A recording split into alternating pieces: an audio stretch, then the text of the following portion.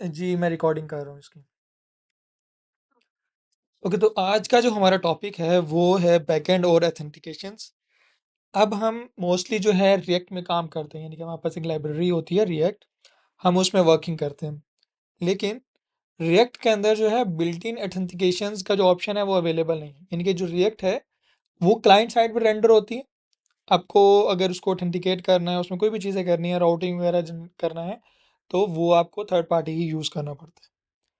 अगर हम कोई फ्रेमवर्क यूज़ कर रहे हैं, जैसे कि रिएक्ट के साथ हम यूज़ कर रहे हैं, नेक्स्ट जेएस यूज़ कर रहे हैं, कोई भी दूसरा फ्रेमवर्क यूज़ कर रहे हैं, तो उसमें भी बिल्ट इन जो है ऑथेंटिकेशन नहीं आती, क्योंकि ऑथेंटिकेशन जो है बैकएंड सर्विस आती है। और इसके लिए हमें एक और लाइब्रेरी यूज़ करनी पड़ती है, कोई और सर्विस यूज़ करनी पड़ती है, जिसमें हम अपनी एप्लीकेशन को ऑथेंटिकेट कर पाएँ, हम सेशंस वगैरह जो है वो होस्ट कर पाएँ या डेटाबेस से कम्युनिकेशन कर पाएँ, जो कि हमारे वैलिड यूज़र हों। हम चाहते हैं कि उन्हीं को ही हमारा डेटा शो हो, तो उसके लिए हमें डिफरेंट लाइब्रेरीज यूज़ करनी पड़ती हैं। अगर हम बात करें नेक्स्ट जेएस की,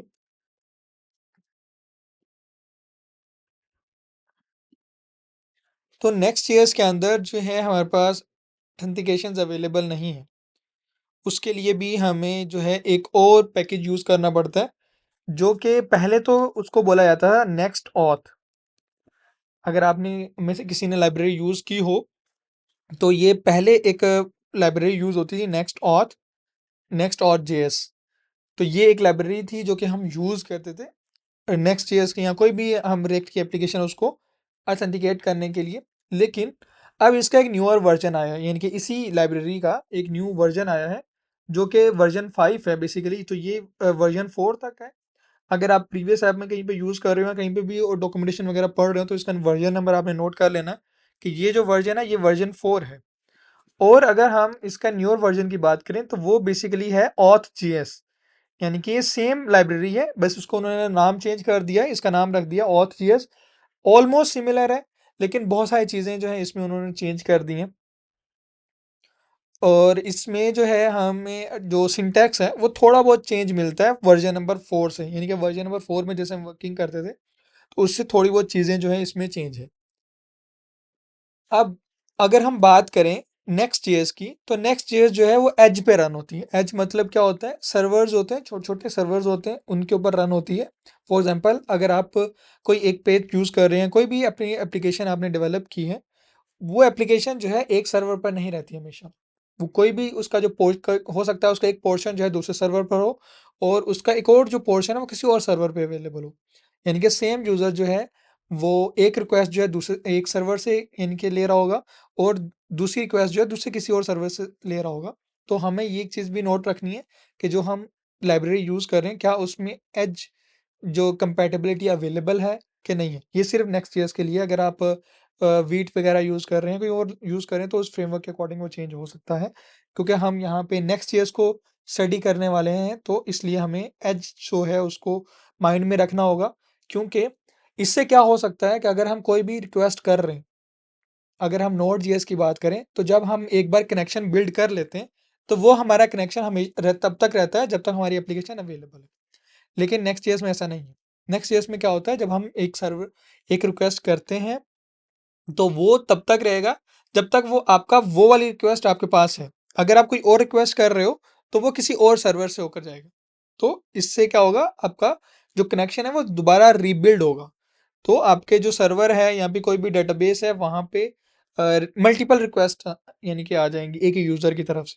तो इससे क्या है कि आपकी एप्लीकेशन जो हो या आपका सर्वर है वो ओवरबर्डन हो सकता है। वहाँ पे जो आपका यानी कि क्लस्टर है वो क्रैश भी कर सकता है, ज़्यादा रिक्वेस्ट होने की वजह से चौक भी कर सकता है। तो इसके लिए हमें देखना पड़ेगा कि हमारा जो रिक्वेस्ट है वो ऑलरेडी अगर अवेलेबल है तो उसी से कनेक्ट होना चाहिए, अगर अवेलेबल नहीं है तो फिर न्यू क्रिएट करें। तो ये चीज़ जो है आपने अपने माइंड में रखनी है कि हमें ये कहाँ कहाँ करना है, और ये किस तरह कौन सी सर्विस पे हम कनेक्शन बिल्ड कर रहे हैं, और उस कनेक्शन को हमने कैसे एज कंपैटिबिलिटी के अकॉर्डिंग करना है। तो ये चीज़ें करने के लिए आपको अपने फ्रेमवर्क है उसको आपको समझना होगा कि वो फ्रेमवर्क वर्क कैसे करता है। क्योंकि हम यूज़ कर रहे हैं नेक्स्ट जेएस, तो इसके अंदर जो है हमें एज का जो है वो देखना पड़ेगा कि एज हमारे पास कहाँ पर यूज़ हो रहा है।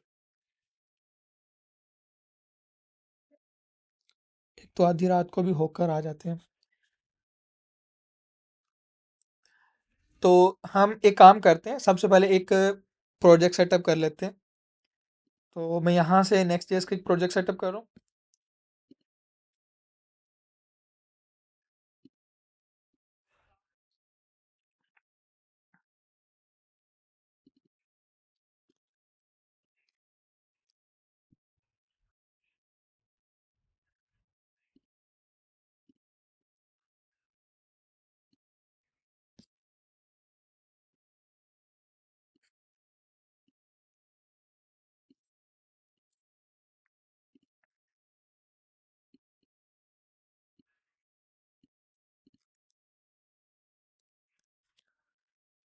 अगर आपको कोड नहीं दिख रहा हो तो मुझे बताना, क्योंकि मैंने जूम किया है थोड़ा सा। अगर ये जूम ठीक है, अगर अभी भी कम लग रहा है तो मुझे बता देना, मैं थोड़ा और जूम कर। ओके, तो हम यहाँ पे मैं कमांड पेस्ट कर रहा हूँ, तो npx, और यहाँ पे मैंने लेटेस्ट वाला कमांड यूज़ किया है। अगर मैंने फोल्डर, यानी कि मैंने एक फोल्डर क्रिएट किया था ऑथ नेक्स्ट के नाम से, अगर मैं सब फोल्डर नहीं बनाना चाहता तो मैं एंड पे डॉट लगाऊंगा, स्पेस देने के बाद डॉट लगाऊंगा। तो ये कमांड क्या काम करती है, ये आपको यानी कि जो भी आपने पैकेज मैनेजर यूज़ किया है उसके अकॉर्डिंग वो उसको बताएगा कि आपने इसी फोल्डर के अंदर, ये जिस पेरेंट फोल्डर में आप अवेलेबल हो, इसी पाथ के ऊपर जो आपने फाइल्स को डाउनलोड करना है, आपने न्यू फोल्डर नहीं क्रिएट करना। तो अब अगर हम इसको एंटर करेंगे तो अब हमारा न्यू फोल्डर नहीं क्रिएट होगा, इसी फोल्डर के अंदर जो है हमारे तमाम जो फाइल्स हैं वो डाउनलोड होंगी। अब हमसे वो पूछ रहा है कि आपने टाइपस्क्रिप्ट यूज़ करनी है, तो हम टाइपस्क्रिप्ट यूज़ करेंगे, क्योंकि टाइपस्क्रिप्ट के अंदर जो है हमें एडिशनल फीचर्स मिलेंगे टाइप्स को डिफाइन करने में, और हमारा जो कोड है उसको डिबग करने में थोड़ा इजी रहेगा।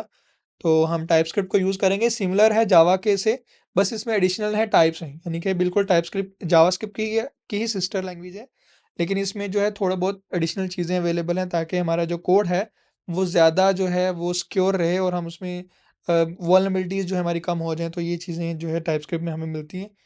तो क्योंकि ये थोड़ा-सा सी प्लस प्लस की तरह सिंटैक्स इसमें यूज़ होते हैं, तो जावास्क्रिप्ट के अंदर जो प्लेन सिंटैक्स यूज़ होता है, हमें कोई भी rules follow, hard and code rule follow करने नहीं पड़ते, लेकिन इसमें थोड़े से रूल्स फॉलो करने पड़ते हैं, हमें टाइप्स वगैरह डिफाइन करनी पड़ती हैं कि डाटा कौन सा आ रहा है, उसमें क्या टाइप्स हैं, और कौन कौन सा इंटरफेस हम यूज़ कर रहे हैं। तो वो सारी चीज़ें जो है हमें यहाँ पे मिलती हैं, तो इसलिए हम टाइपस्क्रिप्ट को यूज़ करेंगे। और यहाँ पे एक और चीज़ हम करने वाले हैं, ईएस लिंटर रूल्स। तो लिंटर रूल्स बेसिकली क्या काम करते हैं, आपके एक सिंटैक्स बना हुआ है, यानी कि अगर आपने नाम सुना होगा जावास्क्रिप्ट ES7 और रिएक्ट 19, तो इनका एक प्रॉपर सिंटैक्स है, यानी कि कंपनी ने डिफाइन किया कि अगर आप रिएक्ट 19 यूज़ कर रहे हो तो उसमें ये रूल्स आपको फॉलो करने पड़ेंगे। अगर आप वो रूल्स एक्टिवेट करना चाहते हो कि आप उन्हीं रूल्स के अकॉर्डिंग अपना प्रोजेक्ट बना रहे हो, तो आपको ईएस लिंट जो है उसको एक्टिवेट करना होगा, ताकि जब इसको प्रोडक्शन लेवल पे लेके जाओ तो जो माइनर से बग्स हैं वो आपको आइडेंटिफाई हो जाएं कि भाई ये आपने रूल फॉलो नहीं किया, या फिर ये इन्वायरमेंट वेरिएबल जो आपने डिफाइन किया हुआ है ये आपने एक्स्ट्रा इंपोर्ट किया जो कि आपने यूज़ नहीं किया अभी। तो ये सारी चीज़ें जो है आपको इस लिंटर रूल के थ्रू मिल जाएंगी। तो आप उसको रिजॉल्व करके अपनी एप्लीकेशन में जो वल्नरेबिलिटीज़ हैं कि भी कोई हैकर आपकी एप्लीकेशन को हैक ना कर ले, तो वो जो है रिमूव हो जाएंगी, और आपके एप्लीकेशन के कोड का जो आर्किटेक्चर है वो भी थोड़ा क्लीन हो जाएगा, फाइल साइज भी थोड़ा रिड्यूस हो जाता है, एक्स्ट्रा चीज़ें जो है रिमूव हो जाती है जो कि हमें आइडिया नहीं होता, हम डेवलपमेंट के दौरान जो है वो ऐड कर देते हैं। और इसके अलावा जो टेलवेंट CSS है वो हम इसमें अभी ऐड नहीं करेंगे, क्योंकि जो टेलवेंट CSS है वो थोड़ा चेंज हो चुका है, तो हम इसको एडिशनल बाद में इंस्टॉल करेंगे। फिलहाल जो है बिल्ट इन जो इसमें आ रहा है वो हम नो कर देंगे। सोर्स डायरेक्टरी हमें चाहिए, ताकि जो है सोर्स डायरेक्टरी कुछ मेजर रोल नहीं होता इसका, बस ये एक आर्किटेक्चर है या फिर एक प्रोजेक्ट को मैनेज करने के लिए फ़ोल्डर दिया गया है, कि कुछ लोग जो हैं जिनको सोर्स डायरेक्टरी जो है उसमें कोड लिखना थोड़ा अच्छा लगता है कि भी वो सारी जो फाइल्स हैं हमारे पास वो सोर्स डायरेक्टरी के अंदर रहें और बाहर ना जाएँ, और हमारा जो मेन पैकेज फ्रेमवर्क है उसके अंदर जो है ऐसा ना हो कि हम जहाँ पे हमारा पैकेज जेसन है वहीं पे हम बाकी मिडलवेयर्स वगैरह डिफरेंट चीज़ें हम लिख रहे हैं। तो उसके लिए अगर हम चाहते हैं तो सोर्स डायरेक्टरी में ऐड कर सकते हैं, अदरवाइज़ इसका कोई मेजर रोल नहीं है। तो हम यहाँ पर ऐड करने वाले हैं, क्योंकि जो है हम हमारी जो जितनी भी फ़ोल्डर्स हैं, एडिशनल फ़ोल्डर्स हैं जो कि हम बाद में क्रिएट करने वाले हैं, वो हम सोर्स में करेंगे। ऐप राउटर हम यूज़ करेंगे क्योंकि ये रिकमेंडेड है नेक्स्ट.js की तरफ से, तो हम इसको यूज़ करने वाले हैं क्योंकि ये लेटेस्ट है। पहले इसे पेज राउटर यूज़ होता था। ऐप राउटर क्या बेसिकली जो आप फ़ोल्डर्स बनाते हो उसके अंदर page.txt वाली फ़ाइल बनाते हो, उसको बेसिकली ऐप राउटर बोला जाता है, ताकि आप उस राउटर को यूज़ करो। पेज राउटर में बेसिकली आप फाइल्स बनाया बनाया करते थे और उसको फिर आप हुक के थ्रू जो है मैनेज कर लेते थे। लेकिन यहाँ पे क्या है कि आप इस जो है ऐप राउटर के थ्रू सिंपल अपना लिंक टैग के थ्रू ही कर सकते हो, अपने राउट्स को है जनरेट कर सकते हो। टर्बो पैक हम यूज़ करने वाले हैं। टर्बो पैक बेसिकली एक टाइप का कंपाइलर है जो कि डेवलपमेंट के प्रोसेस को थोड़ा फास्ट करता है। क्योंकि पहले जब हम डेवलपमेंट कर रहे होते थे तो रीलोडिंग वगैरह जो कैशेस वगैरह थे वो थोड़े स्लो रहते थे। तो यहाँ पे आपका क्या है, जितनी भी चीज़ें हैं वो थोड़ा फास्ट हो जाती हैं। आपका डेवलपमेंट प्रोसेस जैसे आप कुछ भी एडिट कर रहे हो तो नेक्स्ट ईयर से उसको उसी टाइम जो है रीबिल्ड करके आपको प्रीव्यू दिखा देता है। तो ये टर्बो पैक जैसे एक टाइप का कंपाइलर है जो कि आपके एप्लीकेशन को कंपाइल करके आपको आउटपुट दिखाएगा। और ये बेसिकली एलियस है। एलियस बोला जाता है जब भी हम कोई चीज़ रूट डायरेक्टरी से या किसी भी पाथ से हम अपनी किसी फाइल को एक्सेस करें। जैसे कि मेरे किसी और फ़ोल्डर के अंदर कोई फाइल अवेलेबल है, मैं उसको एक्सेस करना चाहता हूँ, तो मैं अपने एलियस के थ्रू डायरेक्टली एक्सेस कर सकता हूँ। मुझे जो है डबल डॉट और स्लैशेस वगैरह जो है इतनी कॉम्प्लेक्स नहीं लगेंगे। तो मैं डायरेक्टली एलियस लूँगा, तो वो मेरे रूट डायरेक्टरी में पहुँच जाएगा। यानी कि एलियस जो है वो हमारे सोर्स डायरेक्टरी को पॉइंट आउट करेगा, फिर वहाँ से हम जैसे हमारा पाथ बन रहा है तो हम उसको फॉलो कर लेंगे। तो अभी मुझे इसमें कोई चेंजिंग नहीं करनी है, मुझे बाय डिफ़ॉल्ट चाहिए तो मैं इसको नो कर दूँगा। तो मैंने जैसे इसको किया, तो अब आप देख सकते हो मेरे यहाँ पे उसी सेम फ़ोल्डर के अंदर फाइल्स जो हैं डाउनलोड होना स्टार्ट हो गई हैं। मुझे कोई न्यू फ़ोल्डर नहीं मिला। तो अगर आप डॉट नहीं लगाओगे, तो फिर आपको जो है बाद में वो प्रोजेक्ट का नाम पूछेगा कि अभी आप फ़ोल्डर का नाम क्या रखना चाहते हो? फिर तमाम फाइल जो हैं उसी फ़ोल्डर के अंदर जाएँगी। तो यहाँ पे आपने फ़ोल्डर नेमिंग का भी थोड़ा-सा ख़्याल रखना है। आपने जो है नेक्स्ट ईयर्स के अंदर जो रूल है वो यही है कि आपने स्मॉल लेटर में रखना है और जहाँ पे स्पेस है वहाँ पे हाइफ़न लगाना है। तो ये इसका एक रूल है। अगर स्पेस नहीं है तो फिर आप उसको सिंगल वर्ड में लिख सकते हो, लेकिन वो स्मॉल लेटर में होना चाहिए। तो आपके फ़ोल्डर का नाम जो स्मॉल लेटर में होना चाहिए, ये रूल है। अगर आप ये फ़ॉलो नहीं करोगे तो आपको एरर देगा। तो ये चीज़ें जो हैं आपने ख़्याल रखनी है यहाँ। तो ये हमने जितनी भी चीज़ें सेलेक्ट की हैं वो यहाँ पे हमारा डाउनलोड हो जाएगा। तो जैसे ये कंप्लीट होगा प्रोसेस उसके बाद हम अपना प्रोजेक्ट सेटअप है जो स्टार्ट करते हैं। ओके, तो ये हमारा जो प्रोजेक्ट है ये स्टार्ट हो चुका है। यानी कि डाउनलोड हो गया, सेटअप हो गया। तो अब हम जो है यहाँ पे थोड़ा-सा इसको आइडेंटिफ़ाई कर लेते हैं। अगर आप यहाँ पे देखो तो कुछ फाइल्स हैं जो कि हमें टाइपस्क्रिप्ट के साथ मिलती हैं, जैसे कि नेक्स्ट कॉन्फिग टीएस। अब ये जो है आपको जेएस में भी मिलेगी। इसमें क्या है कि नेक्स्ट की जो कॉन्फ़िगरेशन है, जैसे कि अगर आपने कोई नेटवर्क से इमेज डाउनलोड करनी है, यानी कि आपके सोर्स डायरेक्टरी के अंदर या फिर किसी भी आपने बिल्ट इन फीचर के अंदर आपने कोई भी इमेज नहीं दी हुई, आप चाहते हो कहीं से डाउनलोड हो या कहीं से किसी ने शेयर की है और वो आप अपनी एप्लीकेशन में प्रीव्यू करके देखना चाहते हो, तो उसका जो डोमेन कॉन्फ़िगरेशन है, कोई भी ऐसी चीज़ है जो कि आप करना चाहते हो, तो वो आपको यहाँ करना होगा। यानी कि नेक्स्ट को बताना होगा कि भाई आप कहाँ से फाइल डाउनलोड कर रहे हो, कहाँ से इमेज लेके आ रहे हो, कौन सी डोमेन्स हैं, जिस जिन डोमेन को आपने अलाउ करना है वो आप यहाँ पर ऐड करोगे। जैसे कि मैं आपको एक एग्जांपल दिखाता हूँ।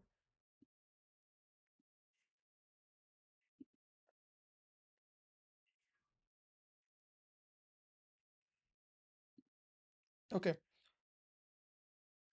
तो आई होप आपको ये विजिबल हो रहा होगा। तो ये मैंने एक कॉन्फ़िगर किया हुआ है। तो मैंने उसको बताया कि होस्ट नेम जो है हमारा ये है, यानी कि ये एक डोमेन नेम है। जैसे कि आपका कोई भी डोमेन हो सकता है, google.com कुछ भी हो सकता है। तो ये उनका एक डोमेन नेम है जहाँ पे इमेज जो है होस्ट उन्होंने की हुई है। तो वो मैंने यहाँ पे डिफाइन किया कि इमेजेस हैं, उनका रिमोट पैटर्न कौन सा है, कि भाई प्रोटोकॉल हम यूज़ कर रहे हैं HTTPS। अगर आप HTTP यूज़ कर रहे होगे तो फिर आप वो लिखोगे। इसके अलावा और भी प्रोटोकॉल्स होते हैं, जैसे कि GS होता है प्रोटोकॉल, या कोई भी गिट वगैरह का भी अपना प्रोटोकॉल होता है। तो वो अगर आप यूज़ कर रहे हो तो उसका प्रोटोकॉल यहाँ पे लिखोगे कि जो भी आपका प्रोटोकॉल है। उसके बाद होस्ट नेम जो है, यानी कि अपना डोमेन नेम लिखोगे जिस डोमेन के ऊपर वो अवेलेबल है। आपको कंप्लीट पाथ नहीं देना। अब उसके बाद क्या होगा कि नेक्स्ट जेएस को अब ये पता लग गया है कि इस डोमेन से जितनी भी इमेजेस आने वाली हैं वो हम उसको एक्सेप्ट कर लेंगे। अदरवाइज क्या है, वो आपको शो नहीं करवाएगा, एरर देगा कि ये इमेज जो है वो कॉन्फ़िगर नहीं है, ये डोमेन नेम कॉन्फ़िगर नहीं है, तो हम यहाँ से इमेज नहीं डाउनलोड करने वाले। तो फिर ये अगर हमने इस तरह की कोई चीज़ की, जैसे कोई आइकन्स आप यूज़ करना चाहते हो, आइकन लाइब्रेरी यूज़ करना चाहते हो, तो वो जो आइकन लाइब्रेरी है उसको भी आपको यहाँ पे आइडेंटिफाई करना होगा कि ये हम लाइब्रेरी है, उसका पाथ नेम ये है और यहाँ से हम उसको ऐड करेंगे। और यहाँ पर ऐड करेंगे, फिर उसके बाद जो है आप अपनी एप्लीकेशन के अंदर वो आइकन्स जो है डाउनलोड कर सकते हो। बाकी जो आप पैकेजेस इंस्टॉल करते हो वो एडिशनल चीज़ होती है, जो आप लिंक के थ्रू एक्सेस कर रहे हो, जैसे कि आप इंपोर्ट करते हो, वैसे अगर आप कोई एक चीज़ एक्सेस करते हो तो फिर आपको यहाँ पे डिफाइन करना पड़ता है। अगर आप एप्लीकेशन में इंस्टॉल करो, जैसे npm i करके आप कोई भी आइकन लाइब्रेरी इंस्टॉल कर लेते हो, तो वो आपकी एप्लीकेशन के अंदर बिल्ट इन अवेलेबल है, यानी कि उसका एक्सेस अवेलेबल है। जिसको आप एज अ लिंक, यानी कि वो आपकी एप्लीकेशन में नहीं है, बाद में आना है, यानी कि किसी लिंक के थ्रू बाद में वो डाउनलोड होना है, तो वो जो है चीज़ें आपको यहाँ पे डिफाइन करनी पड़ेंगी। चाहे वो इमेज हो, चाहे वो आइकन हो, वीडियो हो, कोई भी इमेज, कोई भी फाइल वगैरह हो, जो कोई भी डाटा, किसी भी टाइप का डाटा हो, वो आपको यहाँ पे डिफाइन करना पड़ेगा। तो ये जो कॉन्फ़िग फाइल है, ये उसके लिए यूज़ होती है। इसके अलावा जो अगर हम देखें यहाँ पे, तो पैकेट.जेसन नाम की फाइल है।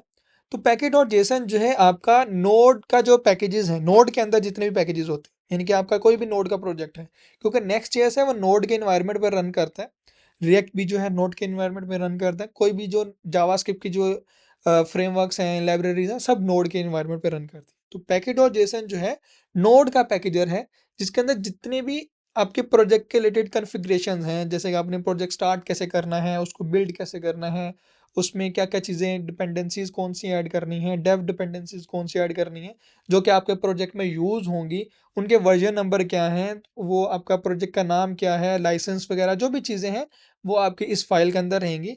और पैकेज.जेसन लॉग जो फाइल है, ये ऑटो जनरेटेड फाइल होती है। ये जब भी आप कोई प्रोजेक्ट बिल्ड करते हो या स्टार्ट करते हो, तो तब ये ऑटोमेटिकली जनरेट होती है, आपको इसको जनरेट करने की ज़रूरत नहीं पड़ती। तो ये आपने एक चीज़ देखनी है।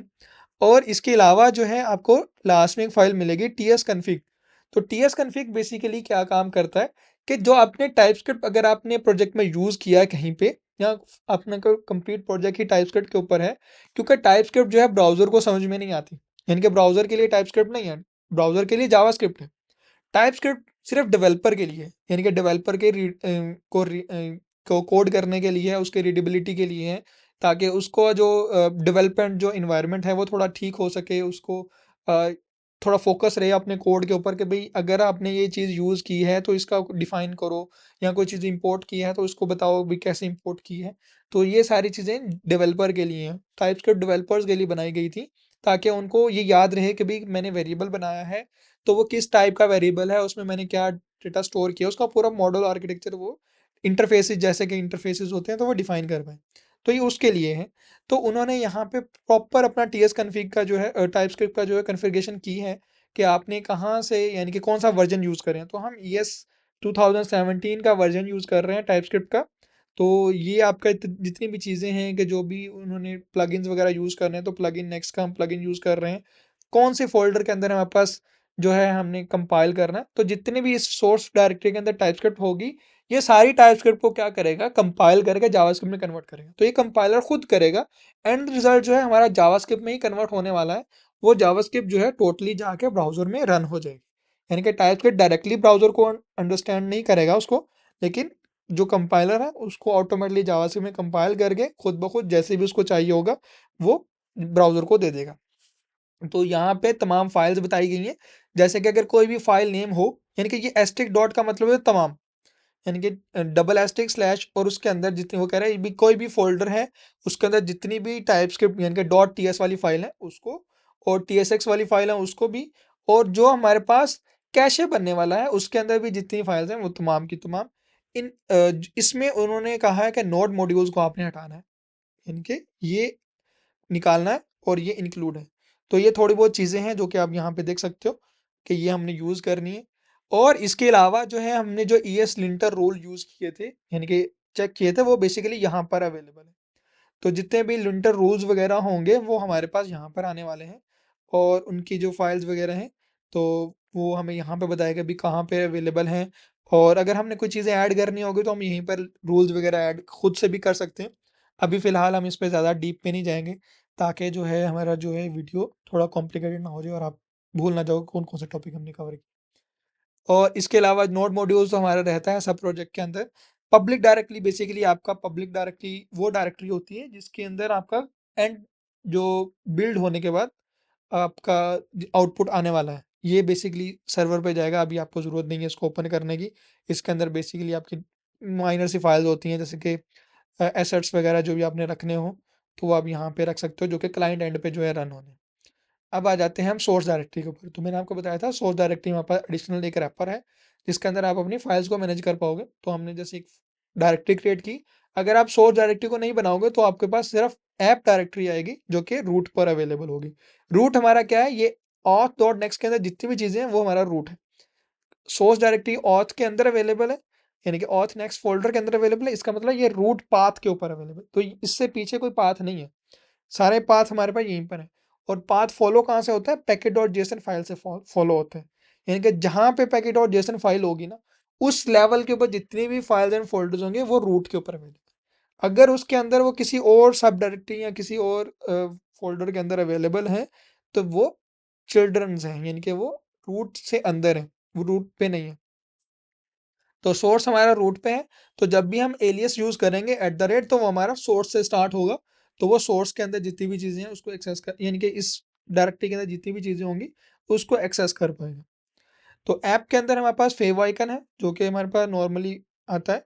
Global dot C S S है, जो कि जहाँ पे हमारी तमाम सी एस एस जो है वो यूज़ होती है। अगर आपने मॉड्यूल लेवल पे सी एस एस यूज़ करनी है तो उसका आपके पास मेथड होता है कि आप उसके अंदर जैसे कि होम पेज भी हमारे पास है तो हमें home dot module dot C S S use करनी पड़ती है। अगर आपने पूरी ऐप में सी एस एस यूज़ करनी है ग्लोबली, यानी कि अगर जो सी एस एस यहाँ पे लिखोगे ये कंप्लीट ऐप के अंदर रन होगी, तो ये आपके पास यहाँ पर है। लेआउट डॉट टी एस जो बेसिकली फाइल है, ये आपका एप्लीकेशन का या वेबसाइट का जो भी स्ट्रक्चर है वो डिफाइन करने में हेल्प करता है कि आपकी एप्लीकेशन में कौन कौन से यानी कि होने वाले हैं स्ट्रक्चर, पेज का यानी कि जो भी स्ट्रक्चर है होने वाले हैं। तो यहाँ पे आपके पास फ़ॉन्ट्स अगर आपने यूज़ करने हैं कंप्लीट एप्लीकेशन के अंदर तो वो आप भी यहाँ पे डिफाइन कर सकते हैं, जैसे सीएसएस है। तो ये फ़ॉन्ट जो है वो उन्होंने गूगल का यूज़ किया, बिल्ट इन नेक्स्ट के अंदर बिल्ट इन गूगल के फ़ॉन्ट्स आते हैं, तो आप कोई भी फ़ॉन्ट यूज़ कर सकते हो और उसका यहाँ पे जो है टाइप्स वगैरह जो सबसेट्स वगैरह डिफाइन कर सकते हो।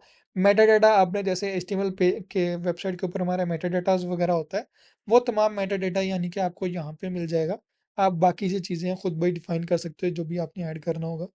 और ये हमारे पास रूट लेआउट के अंदर ये हमारा जो है रूट कंपोनेंट है जो कि हमारी कंप्लीट एप्लीकेशन को बिल्ड करके सिंगल पेज एप्लीकेशन बनाएगा, क्योंकि हमने पढ़ा है कि रिएक्ट जो है सिंगल पेज एप्लीकेशन बनाता है और इसके लिए ये रूट जो है ये हमारा वो कंप्लीट सिंगल पेज एप्लीकेशन बना के देगा जो भी हमें चाहिए होगा। तो जितने भी हमारे कंपोनेंट्स होंगे वो इसी रूट के साथ लिंक्ड होंगे जो कि इस चिल्ड्रन के अंदर है। और ये चिल्ड्रन कहाँ से आ रहा है हमारे पास, ये page dot T S x से आ रहा है। तो अगर आप देखोगे तो ये हमारा page dot T S x है, तो ये चिल्ड्रन जो है यहाँ से इसको कैप्चर कर रहा है। ठीक है, तो जो भी चीज़ें इस पेज में डिफाइंड होंगी लिंक्ड होंगी वो ऑटोमेटिकली रूट में चली जाएंगी। तो आपने जहाँ जो भी चीज़ें कंपोनेंट बनाने वो यहीं से स्टार्ट करने हैं। तो आप यहाँ पे देख सकते हो मॉड्यूलर लेवल के ऊपर अगर आपने कोई सी एस एस करनी है तो आपको एक एक्सटर्नल फाइल का जो है उसमें एक एडिशनल चीज़ ऐड करनी होती है, page dot module dot C S S. तो ये जो सी एस एस है ये जस्ट इस पेज के लिए है, बाकी फाइल्स के लिए नहीं है। क्योंकि जब हर चीज़ सिंगल ही कंपाइल होगी तो सीएसएस भी तो हो सकता है ना कि वो मर्ज हो जाए। अगर आपने कहीं पे पैराग्राफ को कलर दिया है रेड, तो वो कंप्लीट वेबसाइट पे जाके पैराग्राफ पे रेड हो जाएगा। अगर आपने कहीं पे मॉड्यूल के ऊपर दिया है तो वो भी रूट का जो सीएसएस होगा उसको ले लेगा, तो ओवरराइड कर लेगा। तो यानी कि उससे बचने के लिए हमें जो एडिशनल है कि मॉड्यूल डॉट सीएसएस यूज़ करो ताकि जो है आपका ग्लोबली सीएसएस जो है वो थोड़ा-सा सेपरेट हो जाए और आपने मॉड्यूलर लेवल पे जितनी भी सीएसएस प्रॉपर्टी यूज़ करनी है वो आप यूज़ कर पाओ। क्योंकि हम टेलनेट सीएसएस यूज़ करने वाले हैं तो हमें इसकी ज़्यादा ज़रूरत नहीं है। तो ये जो है हम इसको रिमूव कर देते हैं। तो ये स्टाइल्स हम रिमूव कर देते हैं और यहाँ पे जितना भी कुछ लिखा हुआ है इसको भी हम रिमूव कर देते हैं। तो यहाँ पे एक फ्रेगमेंट्स में ऐड कर देता हूँ और इसके अलावा जो है ये फाइल मैं डिलीट कर देता हूँ। और जो हमारे पास global dot C S S file है इसके अंदर भी जो कुछ लिखा है इसको भी मैं रिमूव कर देता हूँ। तो ये हमने यहाँ पे रिमूव कर दिया। अब मैं इसको रन करूँ npm run dev।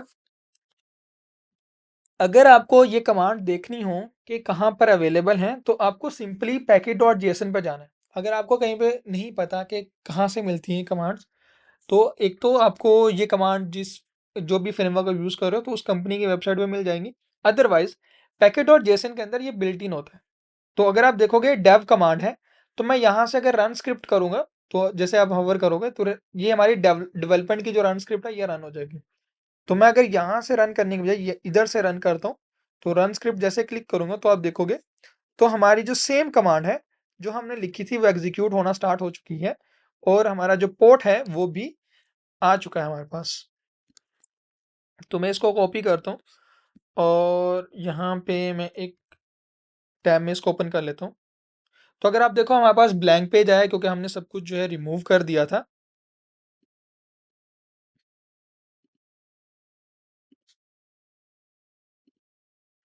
तो यहाँ पे मैं एक हेडिंग वन टैग क्रिएट करता हूँ, और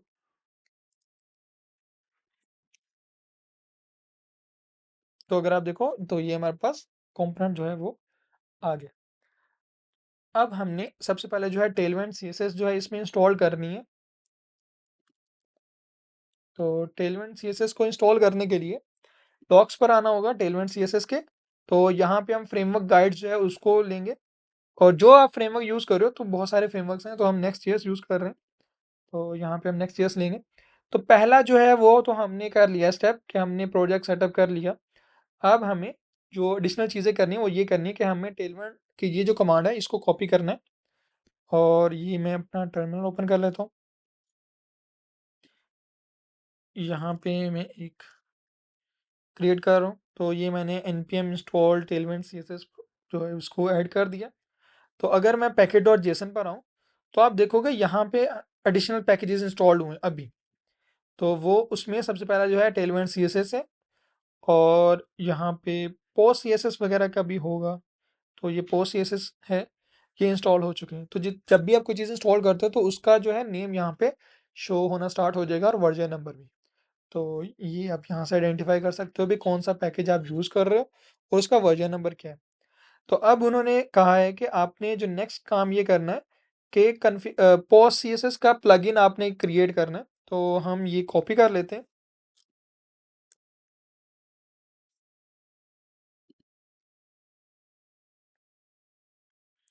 और यहाँ पे हम एक क्रिएट करने वाले हैं फाइल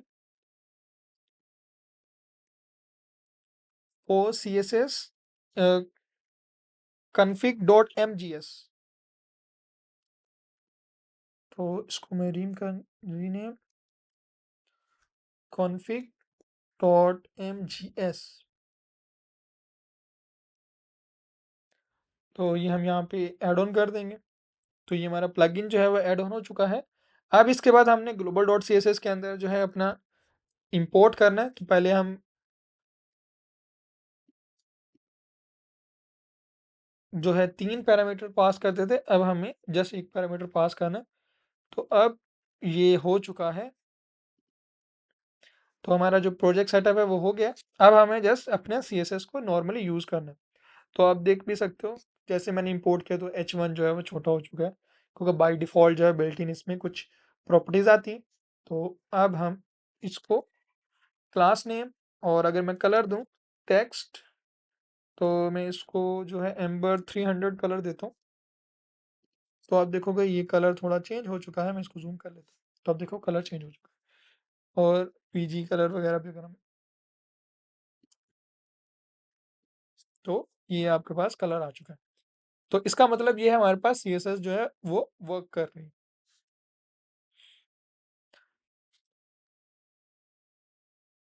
ओके, तो बेसिक जो है हमारा प्रोजेक्ट सेटअप हो चुका है, हमें नेक्स्ट ईयर्स के बारे में भी आइडिया हो चुके हैं।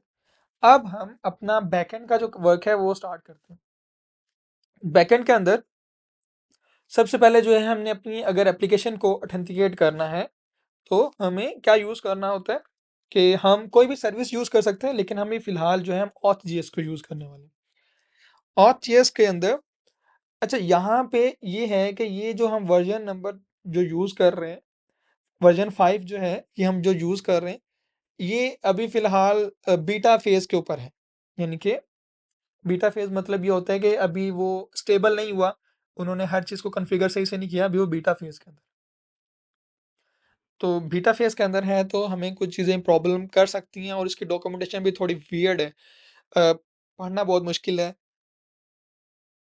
हर चीज़ सीक्वेंस से नहीं है यहाँ पे।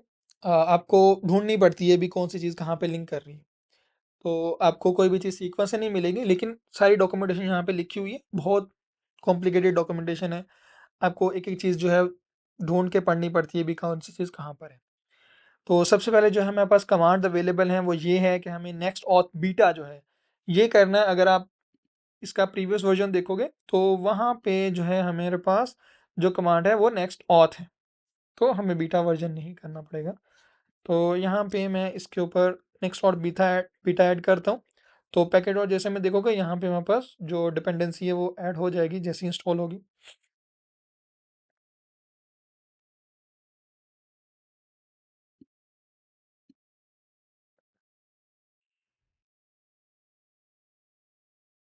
तो आप देख सकते हो ये हमारे पास अभी जो है एक पैकेज न्यू पैकेज ऐड हुआ है जिसका नाम जो नेक्स्ट ऑथ है, और उसका बीटा वर्जन जो है वो वर्जन नंबर भी यहाँ शो कर रहा है। तो हमें जस्ट ये एक पैकेज चाहिए था फिलहाल के लिए। अब अब बेसिकली जो हमने ये काम करना है कि आपको नेक्स्ट ईयर्स का कुछ आर्किटेक्चर के बारे में आइडिया होना चाहिए कि वे फोल्डर्स एंड फाइल्स कैसे बनती, यानी कि अगर आपने फोल्डर्स एंड फाइल्स बनानी है नेक्स्ट ईयर्स के अंदर तो वो कैसे वर्क करती हैं। जैसे कि अगर हमने डायनामिक राउट्स जनरेट करने हो, डायनामिक पाथ बनाना हो, ग्रुपिंग करनी हो, तो वो आपको देखना पड़ेगा। जैसे कि अगर मैं नेक्स्ट ईयर्स की बात करूं तो यहाँ पे मैं एक फाइल पेज बना रहा हूँ क्योंकि हम ऐप राउटर यूज़ कर रहे हैं। तो मैं एक पेज बनाता हूँ यहाँ पे साइन इन का। तो मैं फोल्डर का नाम जो है वो साइन इन रखूंगा और उसके अंदर page dot T S x की फाइल बनाऊंगा। तो page dot T S x की लाजमी फाइल बनानी है क्योंकि आप देख सकते हो होम की जो फाइल है यानी कि होम राउट के ऊपर जो फाइल है वो भी page dot T S x है। तो मैंने फोल्डर का नाम जो मेरा राउट का नाम होगा वो मेरे फोल्डर का नाम रखना होगा। तो यहाँ पे मैं इसको जो है एक्सपोर्ट डिफॉल्ट फंक्शन, तो मैं यहाँ पे इसका नाम दे रहा हूँ साइन इन। तो मैंने यहाँ पे इसको साइन इन दिया। और अगर तो डिफ़ॉल्ट राउट जो होता है हमारा लोकलहोस्ट 3001 पे है क्योंकि मेरे पास एक और सर्वर अभी रनिंग में है तो इसलिए 1 पे है। तो स्लैश जो होता है वो हमारा डिफ़ॉल्ट राउट होता है। अगर स्लैश नहीं है तो फिर भी वो हमारा डिफ़ॉल्ट है। स्लैश और जो पाथ होता है हमारा डोमेन का वो हमारा होम राउट है।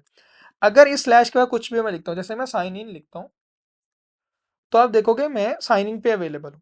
ठीक है, तो अभी मैं साइन इन पे, हेलो साइन इन आ चुका है।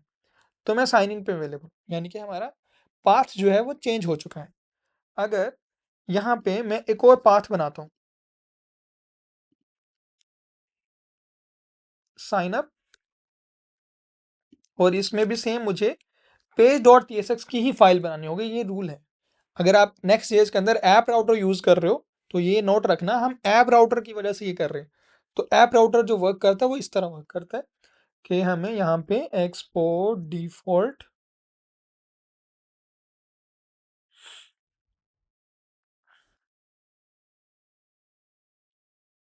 तो अगर मैं यहाँ पे साइन अप करता हूँ तो अब देखोगे ये हमारे पास साइन अप राउट पर हम आ चुके हैं। अब इसके लिए हमें क्या करना पड़ता है कि आप देख सकते हो मुझे सेपरेट फोल्डर बनाने पड़ रहे हैं, लेकिन अगर मैं चाहूँ तो इसकी ग्रुपिंग कर सकता हूँ। फोल्डर तो मुझे बनाने पड़ेंगे लेकिन हम इसको ग्रुप कर सकते हैं। ग्रुप मतलब कि मैं ऐप के अंदर एक ग्रुप बना रहा हूँ ऑथ के नाम से। उसके लिए मुझे क्या करना होगा, राउंड ब्रेसेस लगानी होगी। राउंड ब्रेसेस के अंदर मैं ऑथ लिखूंगा और उसके बाद मैं ये ग्रुप जो है ये फोल्डर जो मैंने बनाए हैं यानी कि जो मैंने राउट्स बनाए हैं मैं इनको मूव कर दूंगा ऑथ के अंदर, यानी कि जो मैंने ऑथ पेज बनाया है इस पेज के अंदर मैं मूव कर दूँ। तो जैसे मैं यहाँ पे मूव करूंगा उसके बाद अगर आप देखोगे तो हमारा राउट है बिल्कुल सेम काम कर रहा है। हमें एडिशनल ऑथ नहीं लिखना पड़ रहा। क्यों? क्योंकि अगर मैं इसकी एक और एग्जांपल दिखाऊं तो यहाँ पे अगर मैं एक और पेज बनाता हूँ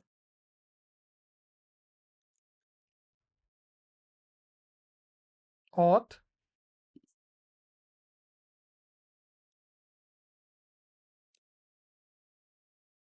बल्कि हम यहाँ पे एक फोल्डर बना लेते हैं sign in,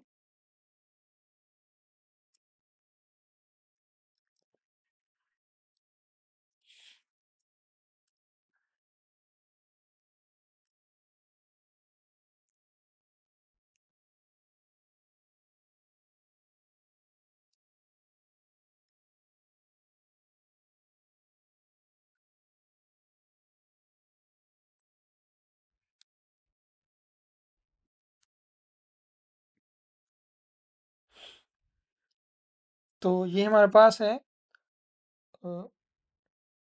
sign in in auth folder.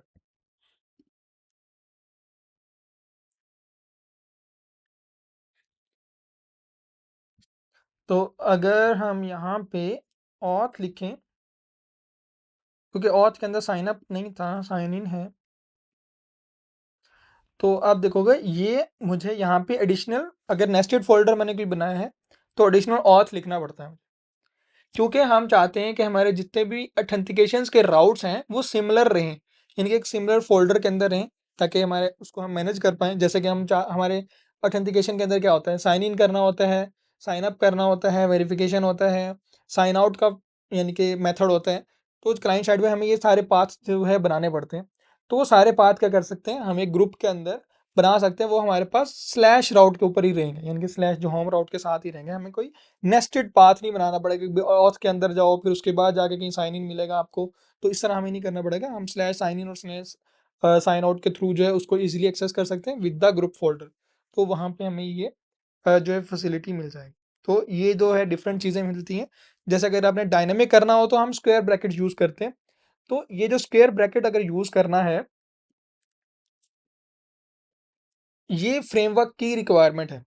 तो फ्रेमवर्क की रिक्वायरमेंट के अंदर जब हमें मल्टीपल राउट्स अगर हमने यूज करने हैं, जैसे कि अगर हमारे पास सेम राउट के ऊपर मल्टीपल फाइल्स अवेलेबल हैं जिसका हम पाथ डिफाइन नहीं करना चाहते, तो उसके लिए एक एडिशनल चीज की जाती है, वो जो है आपको थ्री डॉट्स लगाने पड़ते हैं। अभी थ्री डॉट्स का मैंने नाम भूल गया क्या कहते हैं इसको। तो ये थ्री डॉट्स ऐड करने पड़ते हैं, यानी कि अब इस फोल्डर के अंदर जितने भी राउट्स होंगे वो तमाम के तमाम राउट्स जो हैं अगर आपने डिफाइन नहीं भी किए हुए तो वो ऑलरेडी अवेलेबल होंगे आपके नेक्स्ट जीएस के लिए। आपको डिफाइन करने की जरूरत नहीं पड़ेगी। जब भी किसी पाथ पे रीडायरेक्ट होंगे तो आप सेम जो है वो पाथ नेम से रीडायरेक्ट हो जाओगे उस लोकेशन के ऊपर, क्योंकि जब हम साइन इन करते हैं तो बैकएंड से क्या होता है, आप रीडायरेक्ट कर रहे होते हो बार बार। क्यों? क्योंकि आप सर्वर पर जाते हो, वहां पे आपका जो है सेशन जनरेट होता है, वो सेशन जो है बाद में फिर क्लाइंट साइड पर आता है, क्योंकि रिएक्ट जो है वो क्लाइंट साइड पर रन करती है और नेक्स्ट जेस है हमारे पास, वो सर्वर साइड और क्लाइंट साइड दोनों पे रन करती है। तो हमारा क्या होगा, जो जहाँ पे क्लाइंट लॉग इन कर रहा है वो तो एप्लीकेशन क्लाइंट साइड पे होगी, लेकिन जो ऑथेंटिकेट हो रहा है वो सर्वर पर हो रहा है। तो सेशन हमारा सर्वर पर जनरेट होगा और टोकन जो है हमारे पास क्लाइंट साइड पे सेव होता है।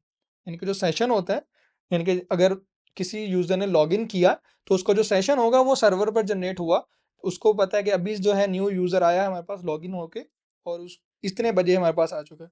अब जो टोकन है वो उसका क्लाइंट साइड पर जाएगा, जाने के बाद वो वहाँ पे ब्राउज़र में सेव हो जाएगा। जितनी देर टोकन वहाँ पे रहेगा उतनी देर तक वो एप्लीकेशन में लॉगिन रहेगा। जैसे टोकन एक्सपायर हुआ तो वो फिर सेशन से जाके चेक करेगा सेशन अवेलेबल है, अगर नहीं अवेलेबल तो वो एक्सपायर हो जाएगा, अगर अवेलेबल होगा तो वो अपने आप को एक्सटेंड कर सकता है, अगर आपने लॉजिक ऐड किया होगा तो आपको यहाँ पे बैकएंड का जितना भी काम करना है उसके लिए आपको एडिशनल एक फाइल बनानी होगी एपीआई डॉट ऑथ के नाम से, यानी कि इसके अंदर आपका बैकएंड का कोड होगा और फ्रंट एंड का कोड आप अपना क्लाइंट का सेपरेटली लिखोगे। बैकएंड का कोड करने के लिए आपको एपीआई ऑथ के नाम से फाइल्स बनानी होगी और रीडायरेक्ट करने के लिए आपको ये जो है स्पेशल एक फोल्डर क्रिएट करना होगा जिसके अंदर हम राउट्स बनाने वाले हैं अपने। तो वो राउट जो है हम कैसे बनाएंगे, ऐप के अंदर हमें एक फोल्डर बनाना है जिसका नाम है एपीआई। तो इसके अंदर इस एपीआई फोल्डर के अंदर हम तमाम अपना लिखने वाले हैं और यहाँ पे हम एक ऑथ बनाने वाले हैं और जहाँ पे हमारे पास बैकएंड की तरफ से जितनी भी ऑथेंटिकेशन होने वाली है वो हम यहाँ पे लिखेंगे, क्योंकि नेक्स्ट जो है फुल फ्लेज फ्रेमवर्क है, यानी कि इसके अंदर जो है आपका बैकएंड भी आता है, इसके अंदर आपका क्लाइंट साइड भी आता है। अगर हम मंस टैग की बात करें तो मंस टैग में हमें नोड जेएस के अंदर अपना बैकएंड लिखना होता था, एक्सप्रेस यूज करना होता था और हम क्लाइंट साइड के लिए रिएक्ट यूज करते थे। और अगर हम कोई और फ्रेमवर्क की बात करें तो और फ्रेमवर्क जैसे कि अगर मोबाइल एप्लीकेशन की बात करें तो मोबाइल एप्लीकेशन डेवलपमेंट जो होती है वो टोटली क्लाइंट साइड होती है। सर्वर जो है आपको किसी और चीज़ में बनाना पड़ता है। अगर आप iOS की या एंड्रॉयड की एप्लीकेशन बना रहे हो, रिएक्ट नेटिव इवन की अगर आप यूज़ कर रहे हो तो वो टोटली जो है क्लाइंट साइड एप्लीकेशन है। उसके अंदर आप कोई भी सर्वर का लॉजिक नहीं लिख रहे। आपने मर्ज टैग टेक्नोलॉजी सुना होगा कि मर्ज टैग जो है वो है टेक्नोलॉजी, उसके अंदर डिफरेंट चीज़ें ऐड है, यानी एक प्रॉपर स्टैक बनाया हुआ। यानी कि कोडिंग का स्टैक बनाया हुआ है, जिसमें मान जो है वो आपका मोंगोडीबी है, और ई जो है वो एक्सप्रेस है बैकएंड के लिए, आर जो है वो क्लाइंट साइड एप्लीकेशन के लिए रिएक्ट है, और एन जो है आपका नोड जेएस है जो कि आपका रन टाइम एनवायरनमेंट है। तो नेक्स्ट जो है फुल फ्लैज हमारे पास एक फ्रेमवर्क है, यानी कि ये मन स्टैक का जो है रिप्लेसमेंट है। तो इसमें जो है आप अपना क्लाइंट साइड काम भी कर सकते हो, बैकएंड अगर आपने लिखना है वो आप इसी के अंदर कर सकते हो, आपको एडिशनल चीज़ें करने की, एडिशनल सर्वर बनाने की या एडिशनल कोई चीज़ करने की ज़रूरत नहीं पड़ती, इसी के अंदर जो है आप अपना बैकएंड लिख सकते हो। आपको बस कुछ कंडीशन फॉलो करनी पड़ती है, जैसे कि आपने यहाँ पर एपीआई के नाम का फोल्डर बनाया है, तो इसके अंदर आपका जितना भी वर्क होने वाला है वो बैकएंड का होने वाला है, बाकी जितनी फोल्डर्स के अंदर हम काम करेंगे वो टोटली क्लाइंट साइड होगा काम। तो ये आपने चीज़ें नोट करके रखनी है। जो एपीआई के अंदर ऑथ है वो सर्वर के लिए है, और जो हमारे पास सोर्स के अंदर हमने ऑथ का फोल्डर ग्रुप बनाया है वो हमारा क्लाइंट साइड के लिए, जहाँ पे यूज़र आगे अपना फॉर्म फिलअप करेगा, साइन अप करेगा, टोकन उसका सेव होगा, वो सारा यहाँ पर होने वाला है। यहाँ पे जो काम होने वाला है वो टोटली सर्वर साइड पर होने वाला है, जहाँ पे हमने सर्वर का लॉजिक लिखना कि यूज़र लॉगिन होगा कैसे, उसके पास ईमेल आई है तो ईमेल कैसे आएगी, और उसने पासवर्ड लिखा है तो उसमें कितने होने चाहिए डिजिट्स वगैरह, उसको सेव हमने कैसे करना है, उसको डिक्रिप्ट करना है, इनक्रिप्ट करना है, और उसके बाद उसको क्या चीज़ देनी है, कितने एक्सेस होना चाहिए उसके पास, वो सारा काम जो हमारा यहाँ पर होने वाला है। अब मैंने आपको बताया था कि हमने नेक्स्ट ऑथ यूज़ किया है, तो नेक्स्ट ऑथ का एक स्पेशल फोल्डर जो हमें ऑथ में बनाना होगा। बाकी जो है वो हम ऑथ में और भी चीज़ें करेंगे, लेकिन ऑथ के अंदर जो स्पेशल हमें फोल्डर जनरेट करना है उसका नाम है, आपको स्क्वायर ब्रैकेट्स लगानी है, स्क्वायर ब्रैकेट में 3 डॉट्स ऐड करने, और इसमें लिखना है नेक्स्ट ऑथ। तो नेक्स्ट ऑथ लिखने के बाद आपने इसी फोल्डर के अंदर, यानी कि नेक्स्ट ऑथ फोल्डर के अंदर जो आपने अभी बनाया है इसमें बनाना है राउट्स, routes.ts। तो ये आप एक फाइल बनाओगे, बल्कि फाइल बनाओगे routes.ts। अब इसके अंदर जो भी हमारा लॉजिक आएगा वो आएगा बैकएंड का ऑथेंटिकेशन का। अच्छा, अब एक इंपॉर्टेंट चीज ये है कि अगर आप ऑथ जीएस यूज कर रहे हो, यानी कि नेक्स्ट ऑथ यूज कर रहे हो या ऑथ जीएस कोई भी पैकेज यूज कर रहे हो, तो ये आप जहन में रख लो, ये जस्ट जो पैकेज है साइन इन के लिए, यूजर रजिस्टर करने के लिए आपको अपना लॉजिक लिखना पड़ेगा, उसके लिए नेक्स्ट ऑथ काम नहीं आएगा, यानी कि नेक्स्ट ऑथ जो है उसको हैंडल नहीं करता। ऑथ जेएस जो है वो हैंडल करता है जस्ट साइन इन, के यूजर को हमने साइन इन कैसे करवाना है एप्लीकेशन के ऊपर। इसका जो रजिस्ट्रेशन का लॉजिक होगा वो आपको खुद ही लिखना पड़ेगा कि आपने कैसे बनाना है, यानी कि अगर न्यू यूजर है तो वो आपने कैसे बनाना है, वो लॉजिक आपका अपना है। और बाकी जितने भी साइन इन का प्रोसेस और साइन आउट का प्रोसेस है वो आपको ऑथ जीएस जो है प्रोवाइड करेगा। ये सब में नहीं होता, ये सिर्फ इसी के अंदर है कि इसने बस साइन इन और साइन आउट का जो लॉजिक है वही बताया है। साइन अप करने के लिए आपको अपना लॉजिक लिखना पड़ेगा।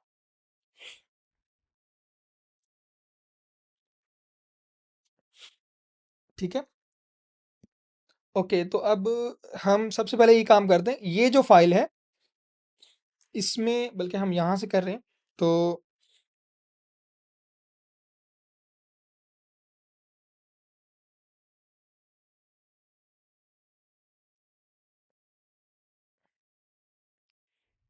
ओके, एक बार हम क्वेश्चन देख लेते हैं अगर किसी का कोई क्वेश्चन है तो।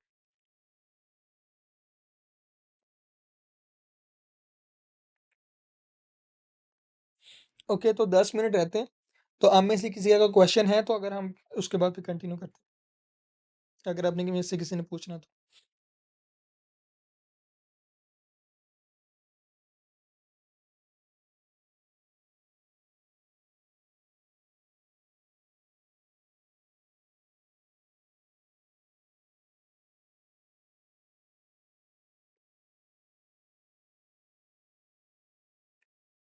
ओके, कोई क्वेश्चन नहीं है किसी का भी?